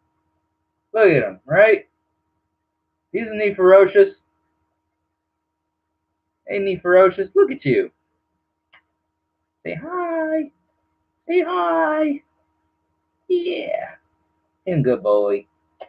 I'm a good boy. There you go. Get in there. Get in there. Get in there. Alright. Ain't got none of the other. There's Gunner, guys. He's a turd nugget. He's our little boy. You are complete. He is. He's adorable, guys. He's my wife's. He's Pomeranian and Pomeranian Yorkie. He's a Pomeranian / Yorkie mix, and he recently had a haircut. So that is Gunner. He is extra. Let me tell you. He is so extra, but he is awesome. He's a good little guy, man. I love him, um, and he just makes himself known. He just makes himself known. That's all I can say.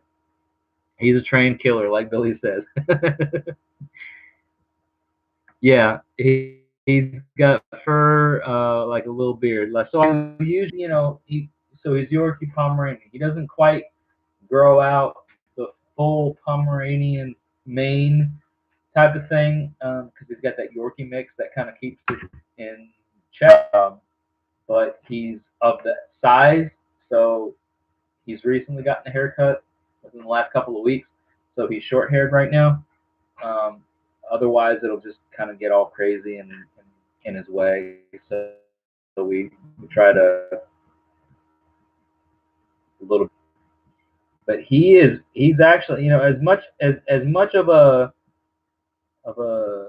diva as Gunner can be. Let me put it that way. As much of a diva as he can be. If you tell him sit, he will sit. If you tell him shake, he will shake. Um, he's actually really well mannered. He gets excited and he kind of loses his senses with new guests in the house.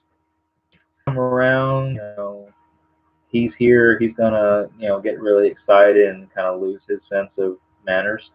But he's not a bad fellow, uh, not by any means. Probably about as aggressive as your cat, Jerry. Cats are an asshole. Let me tell you guys.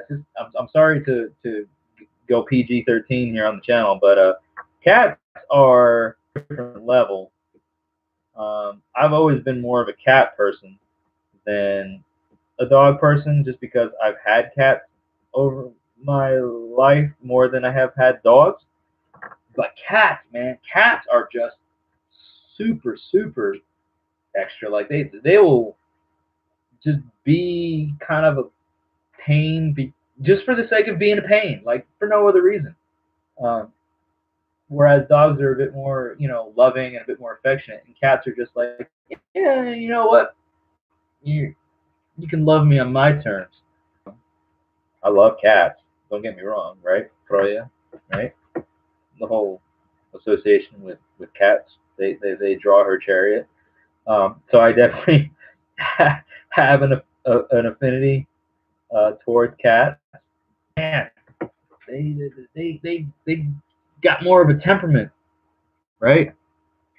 Thank you, Morgan. They Gunner he's a baby, he's a sweet baby, and I look at him sometimes and he's like, as much as he barks and as much as he acts out, I'm like, you know what, you ain't nothing, little boy, you ain't nothing. You got a big bark, but you ain't got nothing to back it up. But he doesn't have to. So, uh, hello, TFU. You want a big black penis in your tight gay butt? Well, cool. Go find one then, I guess. I gotta find one to my knowledge. Uh, Nothing against you for wanting that, because everybody wants something that they want, and thanks for commenting your thoughts on that. And thanks for making me say that. If you're into North Eathery, subscribe to the channel and give it a thumbs up on any of the videos.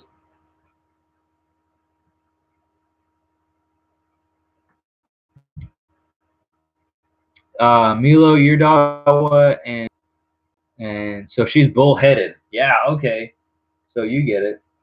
Man, Chihuahuas are something else. Chihuahuas are on a whole different level of extra. You know what I'm talking about too. Um, Chihuahuas in general are just kind of the main. I'm gonna tell you what, main, right? Type of dogs. So you got a Chihuahua and what was it again? Rat Terrier. I love rat terriers. I love terriers, man. I love their energy. Like they are so high strung, and they are so. I mean, terriers in general just have that. I want to go. I want to do. I want to be. I want to do something kind of attitude. Um, but like the rat terriers, like because they're so small, because they were bred to do what they did, have that attitude bred into them. It's like, I love that attitude. So you got Chihuahua and Rat Terrier mix, so they're just like super double extra, I guess you could say.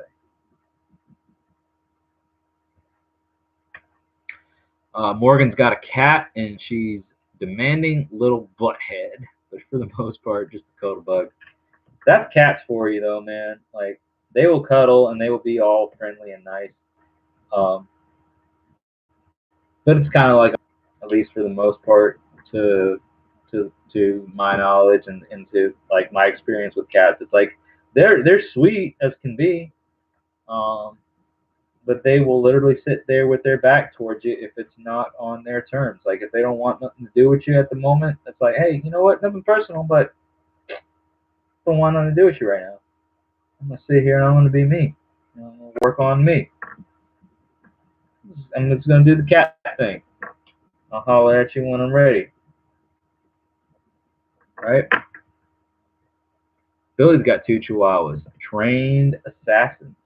They are. They are cold-blooded ankle biters, man, to the core.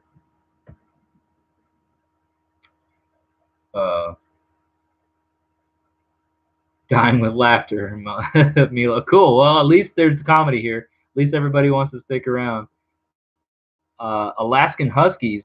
You're in Colorado, so that is the perfect climate for Alaskan Malamute or Husky breeds because they are more at home in the harsher wilderness climates, especially the winter months. My dad, I remember when he was a teenager, he had a Malamute and had to keep thing outside because of the beast, so to speak. They were more drawn to the outdoors and being outside and stuff. So you're in Colorado, you hopefully will have more room for your Alaskan Malamute Huskies to roam and live out their days in the nature that the breed is intended for. Um, but I've always loved Huskies, man. I've always loved their temperament, uh, their features, everything. I've loved. Hilo updated the pictures of your gonna update the pictures of your fur babies on your Facebook. Cool. Uh, oh, cool, Jerry. All right, so you're back in WVA. So you're back in West Virginia, which is still a pretty rural area. I mean, I've been all around West Virginia, and there's a lot of mountains out there, so it is pretty rural. You are in some higher elevations, suited for Husky Malamute breed. So there you go. You've got hopefully plenty of area for your puppers to roam around in. Guys, but we've just broken the 2 hour mark on the live stream. I'm still working on these live runes, or excuse me, these runes during this live stream. Uh, let's see. Chihuahuas are power hungry little killers. You're right, Chris. You're absolutely right. I had a Chihuahua years ago. I had a Pomeranian and a Chihuahua, and the Pomeranian was a male and the Chihuahua was a female. And the intent at the time was to sort of kind of create a breed of puppies that combine Chihuahua and the Chihuahua, again, she was female. Every time she went into heat, like we didn't fix them, either one of them. Every time she was in heat, um, and the Pomeranian was wanting to get down to business, and that Chihuahua would literally just turn into this just cold-hearted, evil little critter that didn't want nothing to do with the Pomeranian, and it was like him alive. And I'm like, why do we even have you guys around. Like, you're not fixed. We want you to do your thing, and she's not letting him do his thing, so this is pointless. She was she was blocking him something fierce, and I felt bad for the little guy because I'm like, damn, you're just trying to, girl trying to get a nut, and it ain't for the poor little guy. So we had to take corrective action, and we had to fix the situation. But man, I felt bad for him. Like, man, can you imagine? Can you imagine just being in that sort of environment? Can you imagine being that critter, that animal at that point, and you're just trying to get a nut. You're just a squirrel trying to get a nut, and then you're trying to get the tree from the tree is like literally just crapping on you the whole time. And I'm like, man, that's got to be rough. Like, you guys have heard the term blue balls? He was getting blue balled, something fierce. Poor little fella. uh, Huskies are popular in Colorado, says Morgan, and he grew up there, or he grew up in Alaska, and you had a husky that moved down here with you. And they are, man, the vocalization of the breed. I love their temperament.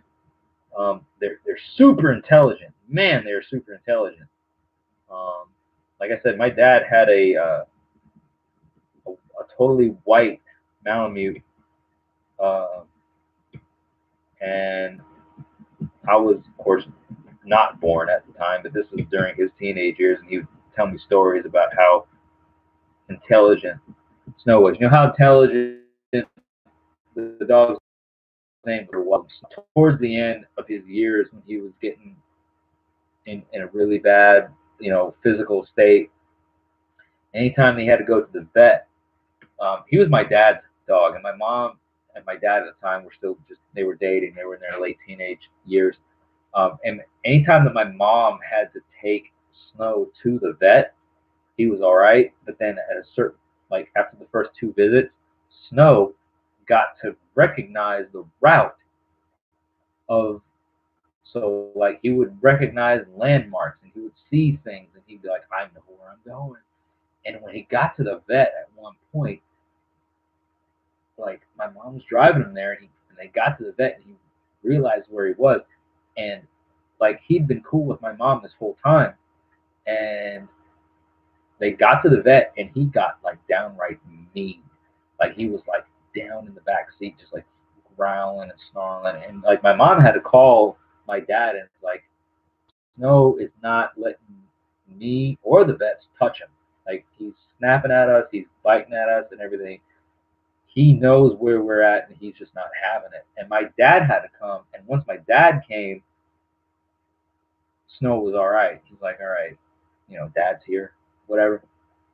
But like I don't like being here. I know that what I'm here for is not cool with me, and I don't want to be here. I'm not going to let anybody get me out of this car, get in here until dad gets here. And so once things changed, it was intense. Like they're so smart, super intelligent,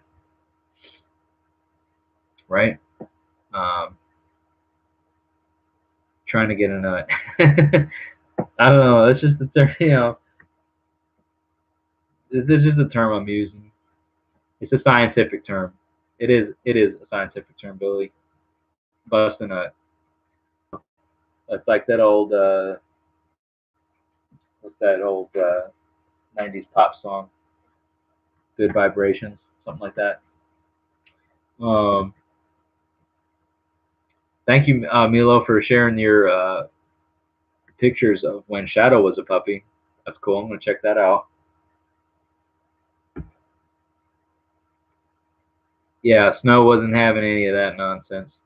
And it is amazing how brilliant they are. Guys, I think a lot of folks will discredit animals for their because they think that higher intelligence has to do with the primate species um, of things. But you want to talk about intelligence in animals? There are certain canine species that have exceptional intelligence, exceptional awareness of things. Certain uh, avian species, ravens and crows, for instance. I don't know if a lot of people know, the replicate the vocals of the human voice, right? Macaws, certain parrots, parakeets, they can replicate. Certain avian birds of the corvus species, so we're talking about crows and ravens, uh, can replicate the sound of the human voice, and they can be taught to replicate the sound of the human voice. So, in a similar way that a parrot can be taught to mimic the sound of a human and learn way, a raven or a crow can do those things. They're phenomenal. Um, they're highly intelligent. Animals are way more intelligent than I think humans will uh, give credit to when it comes to what they're capable of. Some of the motor functions may not be the same, but in terms of just what we can train them to do, they are phenomenal. You know what I mean? It's a phenomenal thing to witness and to see. Uh, make sure I'm not missing any comments and missing any new folks coming in. I see. Uh, okay, so Morgan says that Kashi, their huskies actually led you to the sink once when her water bowl. So there you go, right? The intelligence of knowing, like, I am out of something, I need something. Here's where the source is. I will take the figure who I know can give me this thing to that source. That level of intelligence is beyond uh, animalistic. Like there are certain levels of like the intelligence level, all right? Like figuring out, right? It exceeds what I think we as humans credit other animal species as having. Corvids use tools. You're absolutely right. Yeah. I remember as a child when I was living in New York on Long Island, there was a family that lived in our neighborhood, and they would rescue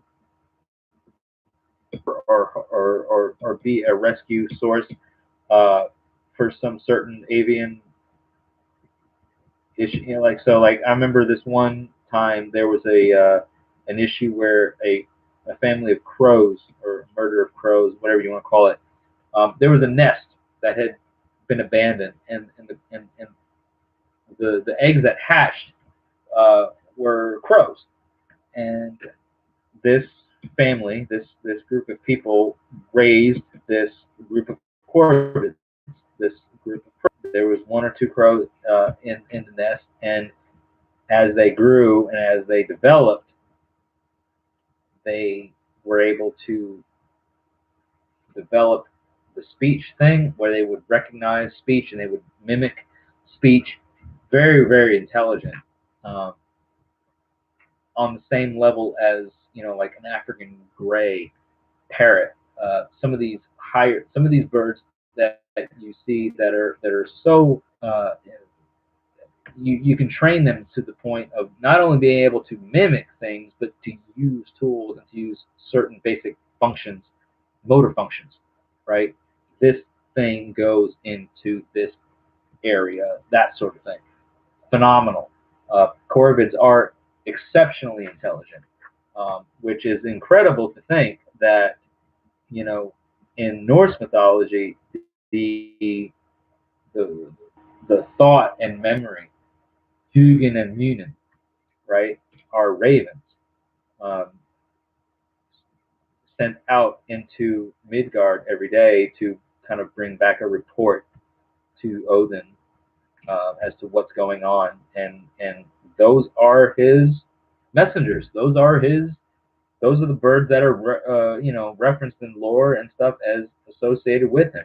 They are ravens of the corvids species of birds, highly intelligent, highly impressionable, um, able to retain certain things. So I don't feel that that's by any means a coincidence.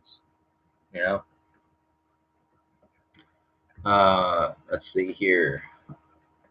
It is amazing how brilliant they are. Let's see.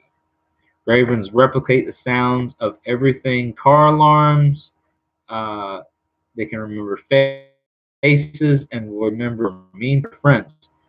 That is also very true. Um, it's funny. As I grew up in New York, we didn't have the ravens. We had crows, but they are again of the corvid uh, genus, whatever you want to call it, of the bird species of the avian variety. Um, and it was always interesting to me that a murder of crows would leave out of the same place every morning. So there may be a murder, there may be a group, there may be a flock, whatever you want, murder of crows, right? A whole assembly of them. They would leave out of the same place in silence every day. And yet, when they returned in the evening, they would come back to the same place in such a ruckus.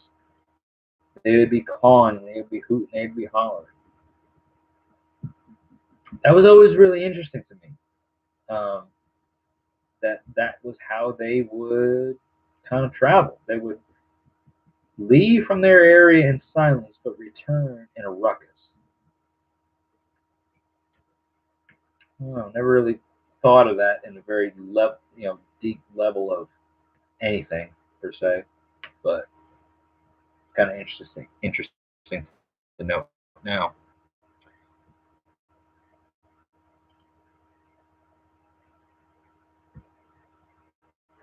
Let's see. Corvus Court are also a good band, dude. Right? Because like their song Hugin and Munin, oh, I could listen to that all day long, every day, all day. Like that's one of my favorite. They're one of my favorite bands. Uh, Jerry said that when he was in Colorado, he saw huge ravens. Haven't seen any ravens yet, said Morgan. I've seen a lot of crows and magpies. And Milo says they have droves of ravens in Florida. So that's an interesting thing. Some folks will um, look at the presence of a crow, a couple crows. Like I said, for me, in my geographical location in the world, we don't have ravens. We have crows. Um, but yet, when I see a pair of them perched somewhere separately for no apparent reason, I personally look at that as a representation of Hugin and Munin. Thought and memory. There's something that is going on in my particular point in my life where messengers of Odin are near to me, and they are, you know, they're going to relay something about my life. So back to Odin. So they don't have to be, so they don't have to be ravens per se. They can be of the Corvus variety to me, and it means the same thing. The importance of that particular bird means something to us, you know. So I don't look at it as like, well, it's not a raven, so why should I even be bothered? There's some that will look at it as like, well, it's just a coincidence that they're there. But I personally will see, because why else? Why else would I not normally see two crows, two of these birds, these of this specific species together alone without anything else around them, why would I see them here at this point? That's me personally. That's just what I look at. That's what I see. So it kind of calls my attention back to what's going on in my life. Does why is Hugo Immune so close to me right now? That's just me. I could be totally off. Whatever. That's just me.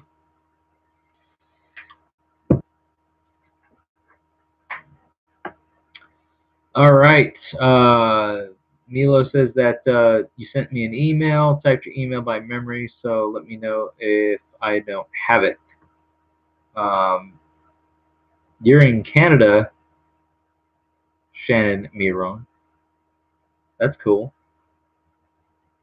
We don't have ravens down here, Jess, and you. Like I said, I don't think I've ever seen ravens per se. Like ravens they have a specific beak feature. They have certain feather features. They're larger than the crow. Um, all I've seen in terms of the black bird of the Corvus variety are crows. Um, I've never seen the quintessential raven, right? At least not in my area. They maybe reach this part of the country, um, but yeah, maybe I just haven't seen them. But yeah, if it's the bird, the Corvus variety, the Corvid species, then I kind of lump them all into the same type of thing. Uh, I think the ravens are larger than crows. They're in the same family. They're in the same family. Ravens typically are larger in mass than the crows are.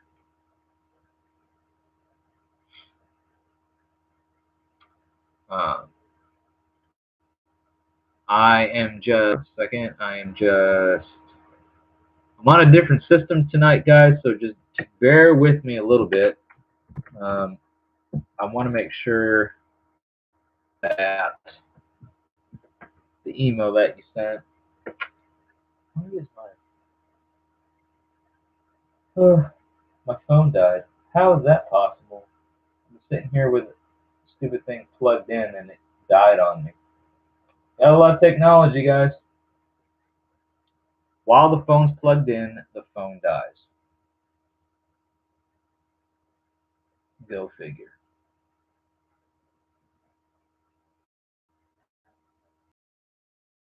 They're hiding it. We got a lot of crows in Florida.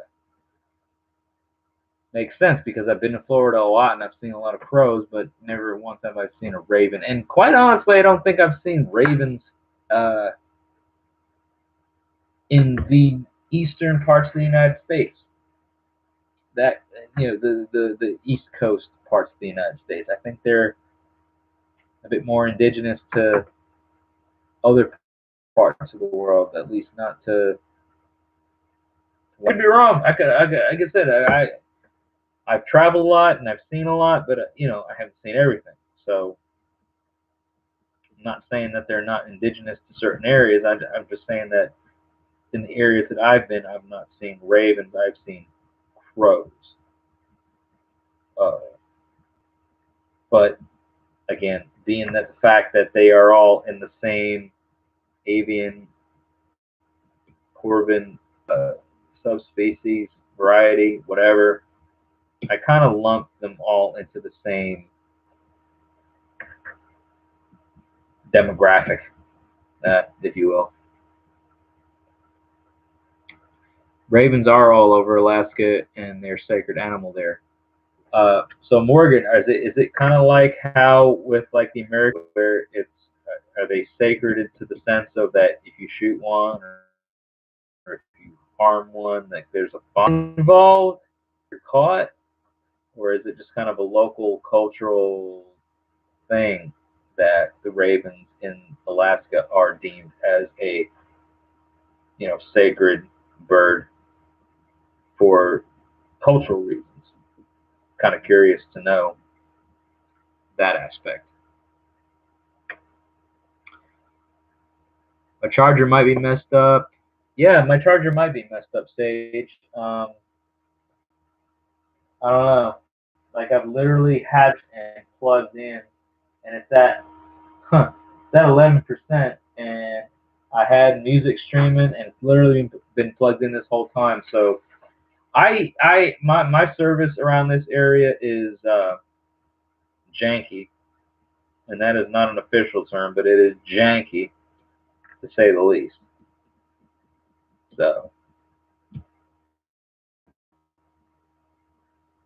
ever heard of cricket? You guys see those commercials and they're like, "Hi, hi, okay, okay, bye." Yeah, it's mostly okay, bye. All right, for cricket users, which is what I am. I got the cricket BS going on. Let's see what they have in Southern California. Are still talking about the 8 Corvid varieties of crows versus ravens? I'm not sure. I've literally been all over the country, and I can't say for sure. I want to say that they've got maybe ravens out there. I don't know. And I don't want to, like I said, I can't say for sure. I don't want to misrepresent the region in terms of what they've got. But like I said, to me, it's always been that they're all kind of in the same family. So whether it's ravens or crows, they all kind of meet the same criteria. Billy says that they hang out in your yard and that you've caught a couple of them sacrificing a cardinal on your altar. So the birds themselves were attacking or sacrificing a cardinal bird. Interesting. Given the fact that they're more of the scavenger species, so they're not of the attacking type. They're more like whatever's already dead or whatever's already gone. They will congregate around, which makes sense that they would be associated to Odin because Odin being associated to the dead, especially the fallen on the battlefield. Um, why the ravens or those of the scavenger variety of birds would be kind of closely associated with him. That makes sense. Uh, it is metal. They were listening to Amon Amarth.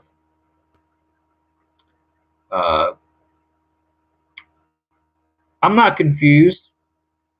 Uh, I'm not confused so much as I'm just trying to understand the reference of birds sacrificing other birds. That's pretty wild to me, if that's what you meant, Billy.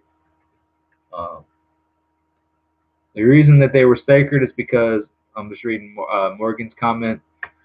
Is that the story of the raven used to be white and on the moon and star of a chieftain and escaped through the smokestack, which is why he's black. Is that a story or is that a saga? And I'm truly unknowing of the source of that. I'm not discrediting what you're saying. Is that a source that is credited in any of the Norse sagas, or can you cite your source from that? Because I'm very truly that whole mythology of thing because I am genuinely intrigued. I'm not discrediting what you're saying. I'm just genuinely intrigued. So if you can provide some sort of source for us here that are interested to check it out, I think myself and everybody else that may be possibly interested would be very appreciative of that.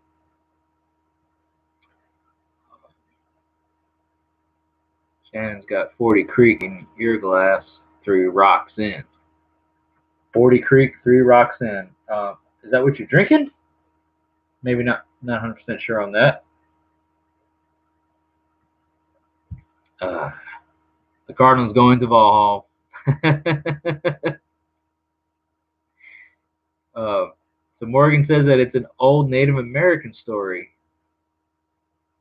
It sounds that way. It definitely has that native, um, which I think is amazing. I think it's I love the stories of the native.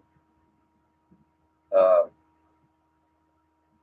so many different tribes in this native country in the United States and in North America.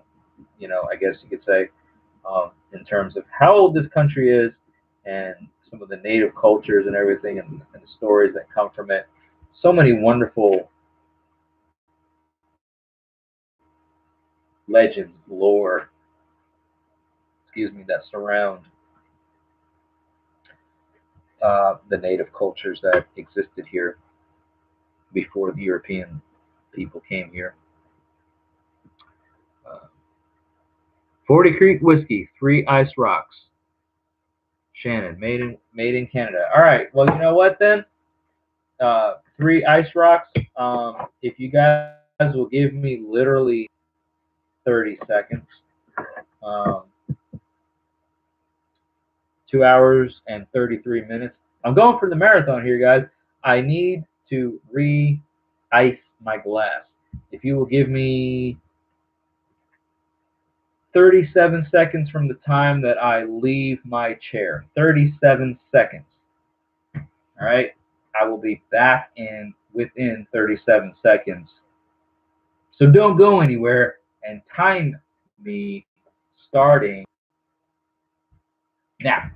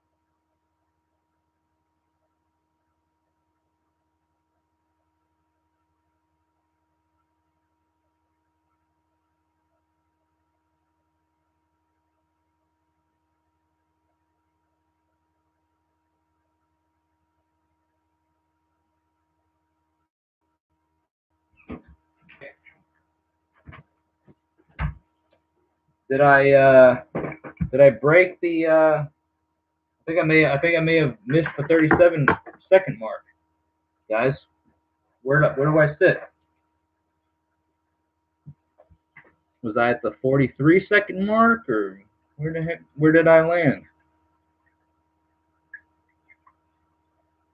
I rushed and I ran and I did as best as I could. I didn't make the 37 seconds. Uh-oh, Morgan called me out on it. Sorry, guys. I was doing the best that I could.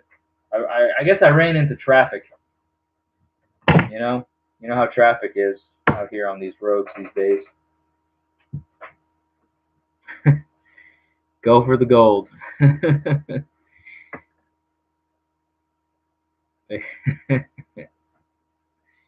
Stop counting at 40 seconds. Oh, all right. So now I said 37 seconds. I should have held myself to the 37-second mark, but I didn't, and for that I apologize. So I am sorry for everybody who is sitting here still holding me up to the 37-second mark. I neglected to meet that requirement. I undershot myself, so I apologize. But I'm here back now, live stream. So let's see.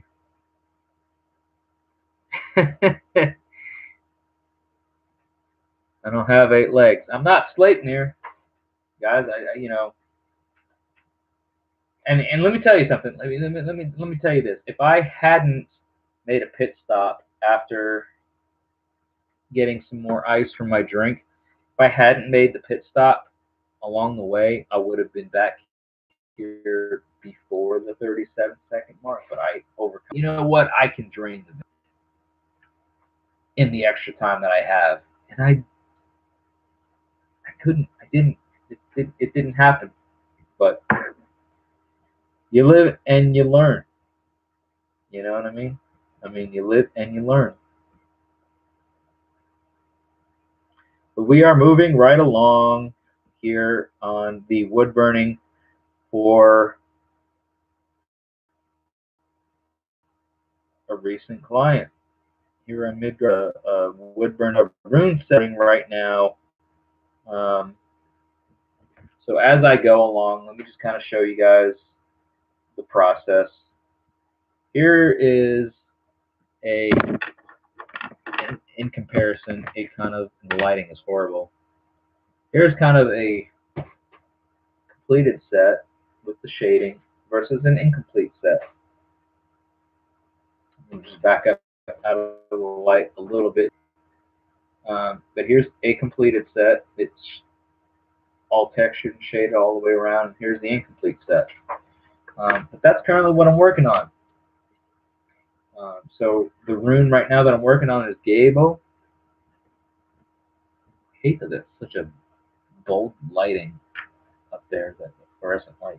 But it's Gabo, and that's what I'm currently working on right now. It is fun to challenge myself. Thank you. Ice is needed. Got to have a little bit of you know, I'm drinking scotch, so you got to have just enough ice to not dilute it so much to where it waters it down, but just enough to kind of bring out the essence of the whiskey. So I have a set that makes just big enough ice globes. So they're large and they bring enough of the essence of the whiskey out to offer a good flavor without diluting it too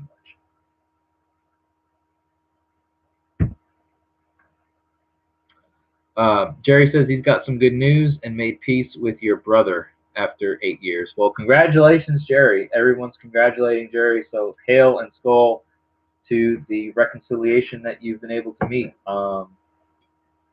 We don't need to know the details, but if that is important to you and you are share it with us here, we are happy for you. Everybody seems to be congratulating you on that, so thank you for sharing, and I'm glad that you've been able to make peace with who it is that you're or who you had issues with. It is awesome, so right on. Morgan says that you're excited and it'll force you to learn how to cast and read them. Looking forward, and they are looking great. Water to take the edge off. So yeah, Morgan, the rune sets that I work on, like I said, are for specific individuals or clients that ask me to make them for them. I don't do anything other than buy the material and burn the rune and customize the imagery of it accordingly, right? How you each will learn the runes from here on out, whether you're buying them from me or whether you're getting your own set from another source. That is definitely a journey that you will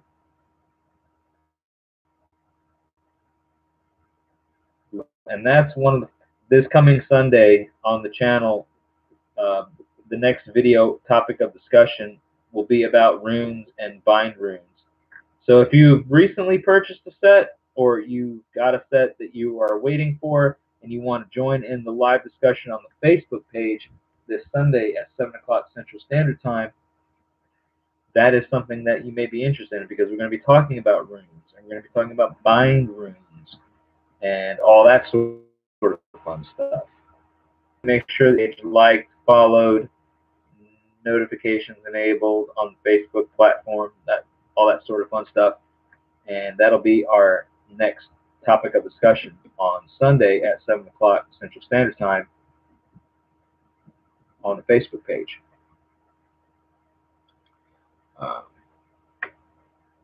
Milo says that said for you and I, we'll see them before too long. Yep. So I think Milo and Morgan may be folks that I have recently gotten emails from. Milo, is this your friend that you got the rune set for? I think because you ordered 2 rune sets.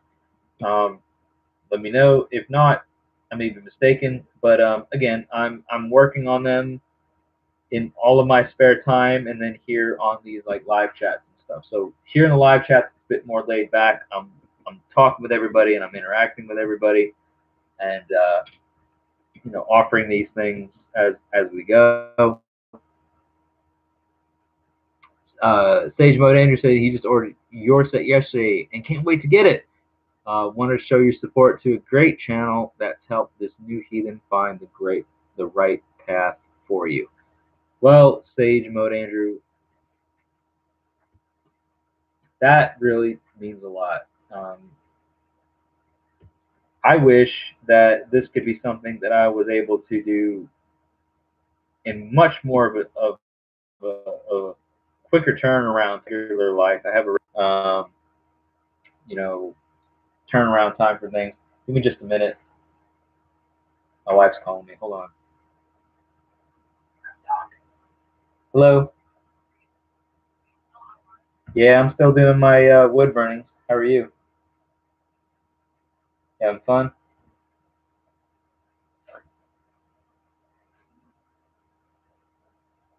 Huh?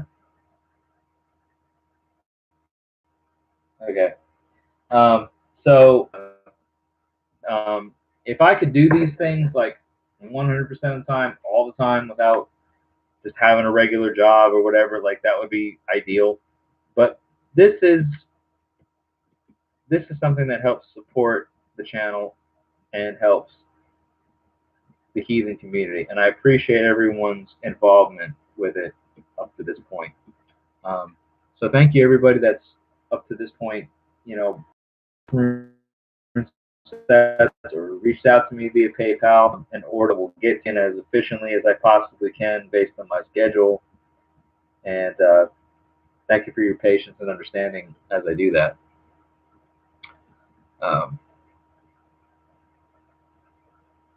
Awesome, very cool.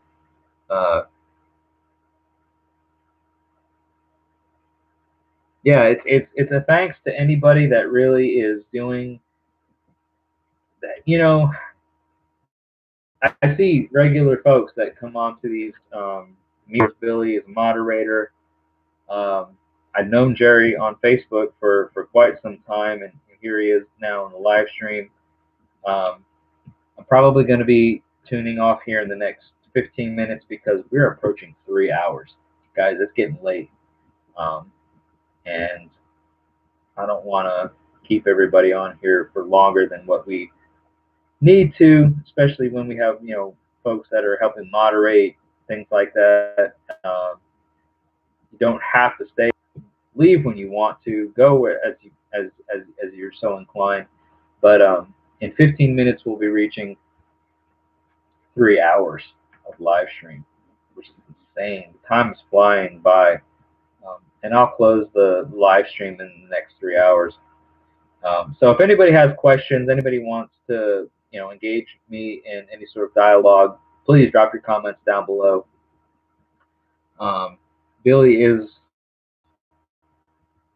doing a wonderful job. I'm sorry, like I'm here for any reason. Like, go if you want to, if you need to. It's late. I'm not asking you to stick around for as long as I'm online. I got this. But thank you. Thank you very much. Um, boy, Morgan, 32 years old, in there. Um, but it's a Friday night, But again, that maybe not everybody's on the same schedule, So maybe you're on, different part of the world, and maybe you've got, things you got to do the next day, whatever. I really appreciate it. I'm not, like I said, I'm here by myself tonight. I wouldn't be even on YouTube this long if it weren't for the fact that I'm just kind of here doing my own thing. So real quick, let me just get to the fact that the giveaway item is this trinket box. All right, it's got the Midgard Musings vine rune burned into the top with the Elder Futhark runes burned all the way around. It's stained and sealed. This item is available as a giveaway item. Anybody who's wanting to get into giveaway contest for this needs to do three things. First, you need to subscribe to the channel. It's easy enough. You just click the red subscribe button. Then you need to have bell notifications enabled. All right. Then you need to email Midgard Musings, tn at gmail.com, with a screenshot of proof that you did the first two things and a number that you selected personally between the numbers 1, because this is a giveaway item that celebrates our first 1,000 subscribers. So pick a number between 1 and 1,000, subscribe to the channel, have bell notifications enabled, screenshot that, email me at midgardmusingstn@gmail.com with your number selection and the photographic screenshot proof that you've done the first two steps, and you'll be entered into the giveaway. The winner of the giveaway will be announced during the live 4th here on this channel. We'll do a live feed that I select a random number between 1 and 1,000, and whoever reaches, whatever number that is randomly selected that meets either your number or the number that is closest to the number that is selected, that will be the winner, and that will be on March 4th. At 7 o'clock Central Standard Time. So tune in back for that. If you're interested in that box and you want it at the rules that I've outlined just previously, contact me through Facebook on the Midgard Musings Facebook page, or email me at midgardmusingstn@gmail.com if you have any questions, and I will get back to you as soon as I possibly can. So in the next 11 minutes, we'll be closing down the live stream. And that'll be it for tonight. Murfreesboro music scene, you've tried twice. You're on girls' night, and I've talked to you. I haven't ignored you. So I will be calling you back in the next few minutes as soon as the live stream is done. No harm, no foul. And it's not been a bad stream tonight. It's actually been a really good stream. So I hope you're having a fun night. Murfreesboro music scene, my wife, over at the Embassy Suites. Your girls' night. And let's see here. Billy says, as your moderator, alert the wife, the wife. It's I'm here by myself, and she's out there with her girlfriends tonight, having a girls' night. So all is good in the hood.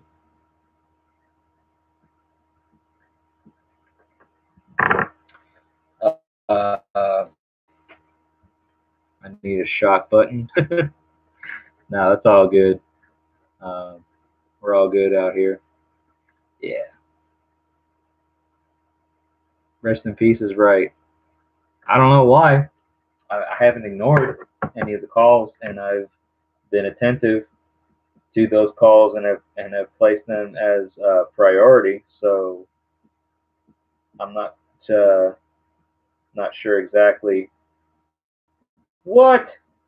You mean? I digress. Any quick answer or any quick questions that anybody has before we end the live stream in 8 minutes? The closet was even closed. Billy's right. Like last time there was a live stream, it was close the closet door because the closet door back here was open, and it was close the closet door. So I did that and closed. But when mom and dad are having a domestic, uh, and the wife doesn't want to talk to me while I'm streaming, and fair enough. The wife is out with friends tonight, having a girls' night out, which is a well-deserved girls' night out.